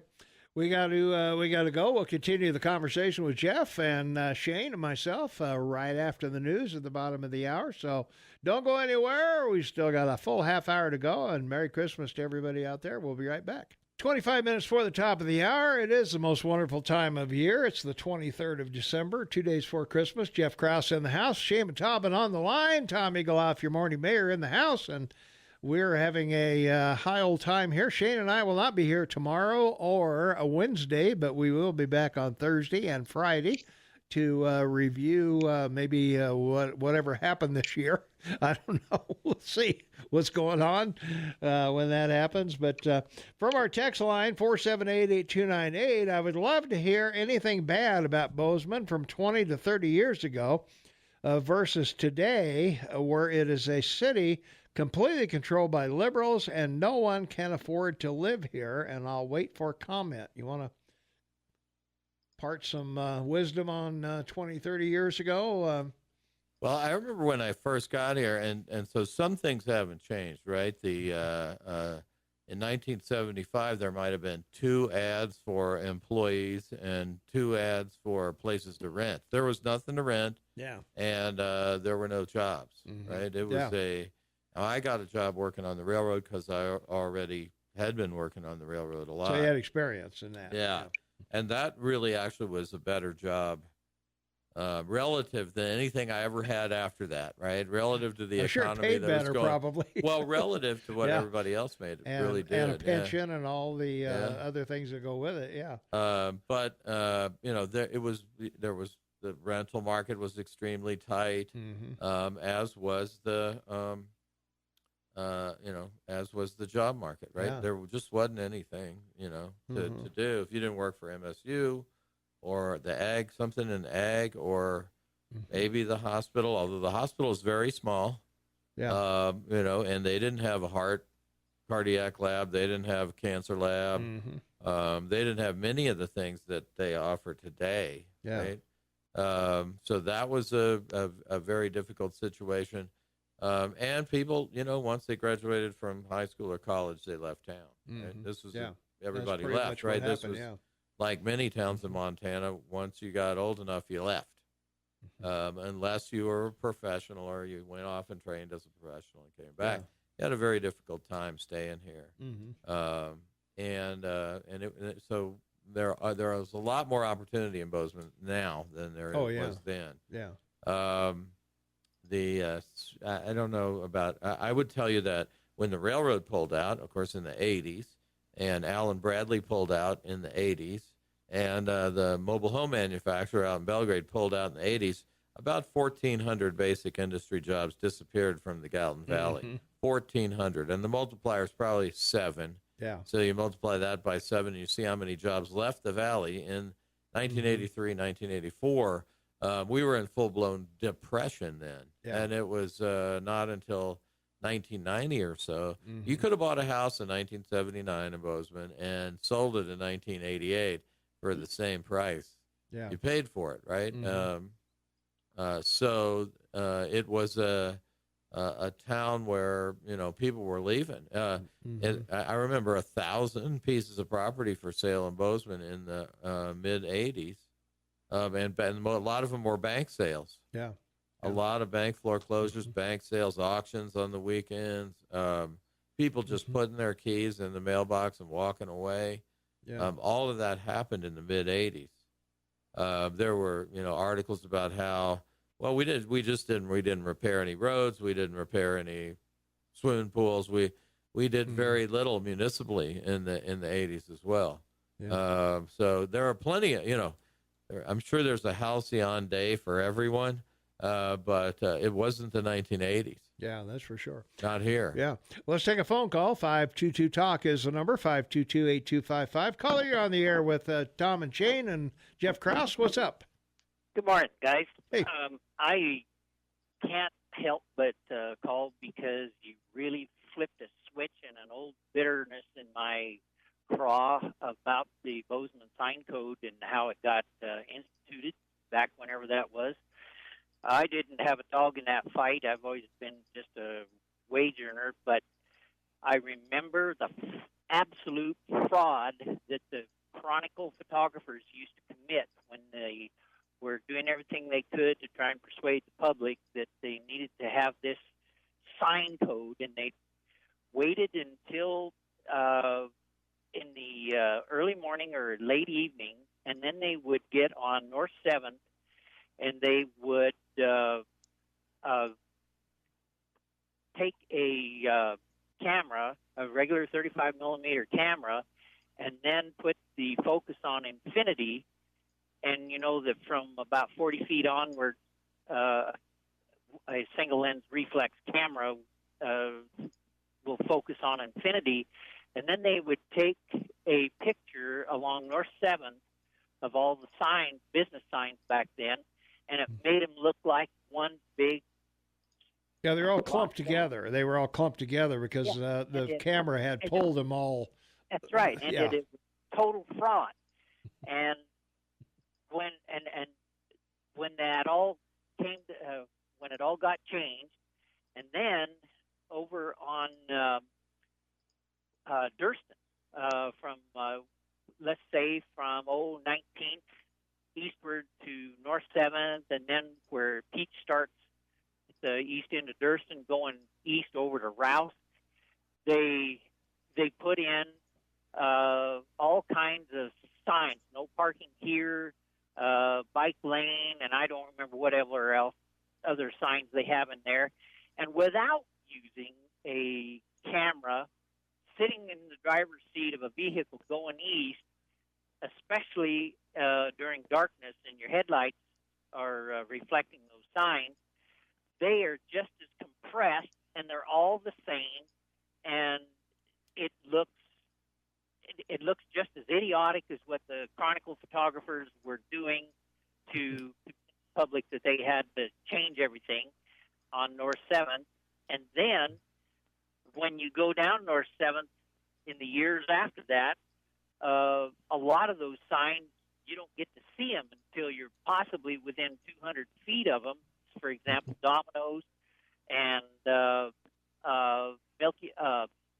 Dairy Queen, and some of the other signs along North.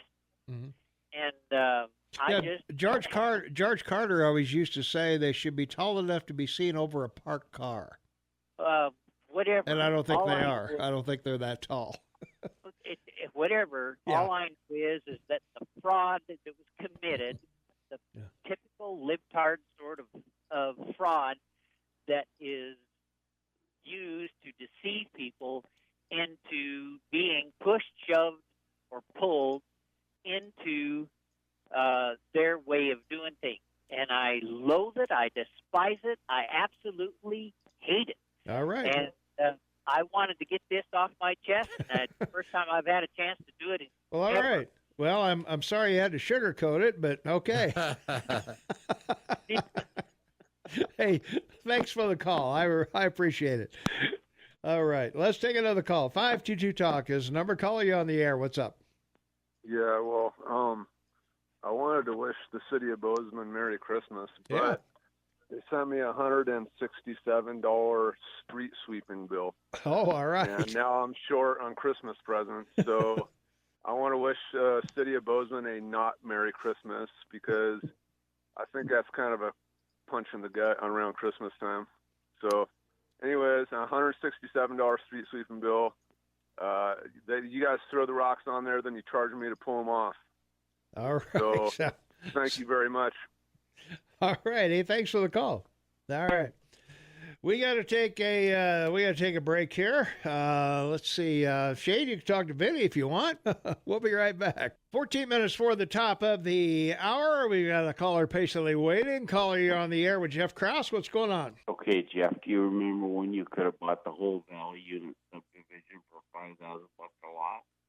I do, yeah. I even as, and not only that, but there was one out in Belgrade that was even cheaper than that. Yeah. What was it called? About affordable housing. Yeah, so there was that one. You could have bunch of tiny houses out there. How would that have looked? Who knows what it would have looked like now? But yeah, all of the Valley Unit subdivision, Yellowstone, and all of those are. I mean, eventually that filled up with some pretty nice middle class single family homes, right? Mm-hmm. But it took a long time. That was they passed an SID on bare land and put the roads in and the improvements in, and then nobody wanted to buy the lots for the lots cost more. Well, the debt on the lots was higher than what the lots were worth, and that was in the 80s. Yeah, they were basically free. Yeah, the city had to pay the bond issue on that. They had to pay off the bond. I wanted to buy the whole thing and set up a Potemkin village. The another place that happened in the county. It happened down at Hebgen Lake. Hebgen Lake Estates had an RID value greater than the value of the lots. Some of the lots, of course, were underneath Hebgen Lake, but that happened as well. And so this legislature changed the law to say that you can't put an SID on bare ground. You have to wait until the value of the improvements exceeds the value of the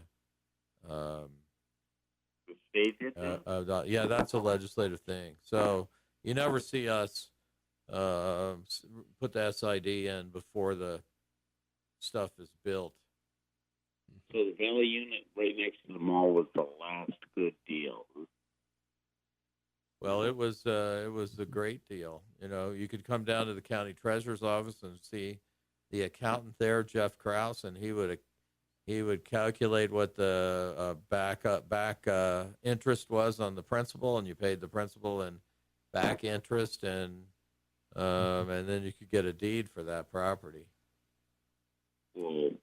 And the city sold something. Would have could have should. Yeah, that's right. Well, I think in the 80s, people, nobody drove new cars in the 80s. I'd go somewhere else and look at all these new cars that I'd never seen before. My mom said, well, what you think you saw? That was a Lexus. And I said, man, I've never seen a Lexus in Bozeman. Right? People remember how severe that downturn was in 1979. That was pretty severe. Yeah. It was. Yeah. Incredibly bad around here. Yeah. All right. Everywhere in Montana. Yeah. Got to take another break. Hey, thanks, Benny. All right. Have Merry Christmas. Merry Christmas to you. Thanks a lot. All right, we got the Rush update in here, and Ace Hardware wants to talk to you, and Jeff Krauss and I and Shane will be back right after this. So stay tuned. Here's Rush. 7 minutes before the top of the hour. Merry Christmas to everybody out there. And Shane Taubman, half man, half amazing, the best co-host in the history of radio, is on the line with me. And Jeff Krauss, the best mayor we ever had. and just me. And here on the best radio show ever. Ever. So, Jeff, I want to make a couple observations, if I may. I've got to know you because of the show, which is really very cool. The great thing about being a representative and or a politician is to understand the human condition. You mastered that. And the second thing that a politician that's made great, you don't ignore the premise of a question. So hail to you because you do both of those very well. Well, thank you. I try to pride myself in when asked a yes or no question, answer yes or no. Yeah. Just to start, right? Yeah. And then expound. Otherwise, that drives me crazy, Just say yes or no, right? Yeah. It's Do you still beat your wife? Yes or no? Yeah. Well, there are questions that can't be answered yes or no. There are, yes. But very few, right? Yeah. And if they can be, answer them. Yeah. Yeah. All right. Let's answer one right now from our phone caller. Caller, you're on the air with Jeff Krauss. What's going on? Well, good morning, gentlemen. Hey, Pete. Good morning, Pete. Good morning. I arrived here in 1983, and you're right, there was no work. And I actually went up the whole Rocky Mountain front looking for a place where there was work. Didn't find any. And I figured, well, Bozeman is a college town. Eventually turn around here. Probably turn around here faster than anywhere. Hunting and fishing was good around here. So I bought a piece of property with an older mobile home on it south of town from Al Bogart. A great old man. I love that guy. Then I logged for 2 years. Logging went out. And two other old guys helped me out. One of them was Hank Ruck. Hank introduced me to Elmer Oaks. And Elmer Oaks gave me a job with the county. 25 years later, I retired. But those three guys, if it wasn't for them, it would have been a way tougher rub to toe than it was for me, I'll tell you that. Because Hank, I used to, I'd go down and have coffee at 4B's, and Hank was always in there. And so I got to know Hank. He introduced me to Elmer, and the rest was history. But old Al, he held a mortgage on the properties, and I was paying directly to him, next to no interest. And at Christmas time, I did some things around his house for him. And at Christmas time, every year after we had our daughter, he said, "Hey," he says, "no payment on Christmas." He says, "You buy something for that little girl." But Well, he was, his name's all over the town, and probably rightly so. He was a good old guy. You mentioned something that that we are in danger of losing in Bozeman, and that is welcoming newcomers. We don't anymore. We become very cliquey. When I got here, people wanted to know, what are you doing here? Can you do something, right? Is there something you can do? And they were interested in your condition. Yeah. And today all I see is people complaining about newcomers. And I didn't try to change anything. Well, no, we didn't. We weren't trying to change anything. We were trying to live here. But I still say, and of course, to those people, I would say I moved here for Montana to change me, not for me to change Montana. That's what I did.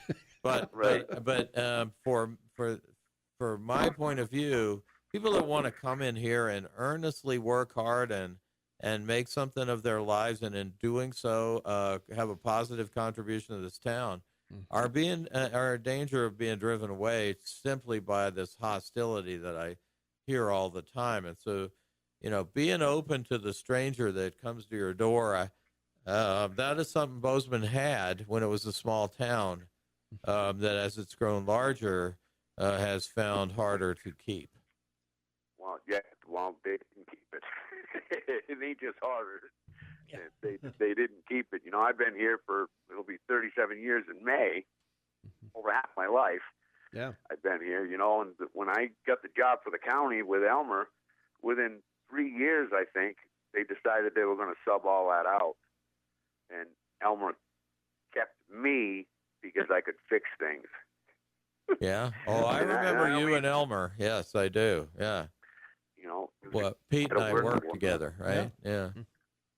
Well, that's what I was saying earlier, Pete, that a lot of success in being able to live here is getting to know the people that you need to know to make something happen for you. Well, there's a lot of perseverance too. That too, yeah. So it's funny, the back in the '80s there was that that professor that did the study, and people would move here and then leave, having spent all their money here, and they went back to wherever they came, and that was a 3 to 5 year cycle, or even less. I think the difference now is people come and they find a way to stay, right? Yeah. At least for a longer term. Because there's more opportunity here than Shane, there used to be. Shane, you got something? I just want to say Merry Christmas to you, Krauss. Pet the mouse. Mayor, I look forward to talking to you on Boxing Day. Everybody have a wonderful Merry Christmas. And just been a great year. Thank you all. It's been very special. And as always, live in the moment. Live to work. Be happy, be safe. God bless everyone. Have a good one, Mayor. All right. Thank you, Shane. All right. That does it for us, Jeff. We got to get out of here. Yeah, for our text line, Merry Christmas, Tom and Shane, Jeff, and thank you, Jeff. That's from Jerry. And let's see, the Bozeman was always a great place to be for those in the know, but I would say the biggest challenge or biggest change from 20, 30 years ago is now everyone knows how much Bozeman is desired as a place to live and raise a family. It is what it is. That's why it sucks so bad. Jeff is leaving. Going forward, we're going to need even better leadership with the problems Bozeman will experience due to excessive population growth and limited resources, especially regarding intelligent, targeted development and the aquifer. So we'll be talking more about that with Jeff as time goes on. So we've got to go now. So thanks, Jeff. Hey, Merry Christmas. Yeah, Merry Christmas to everyone. Thanks for listening.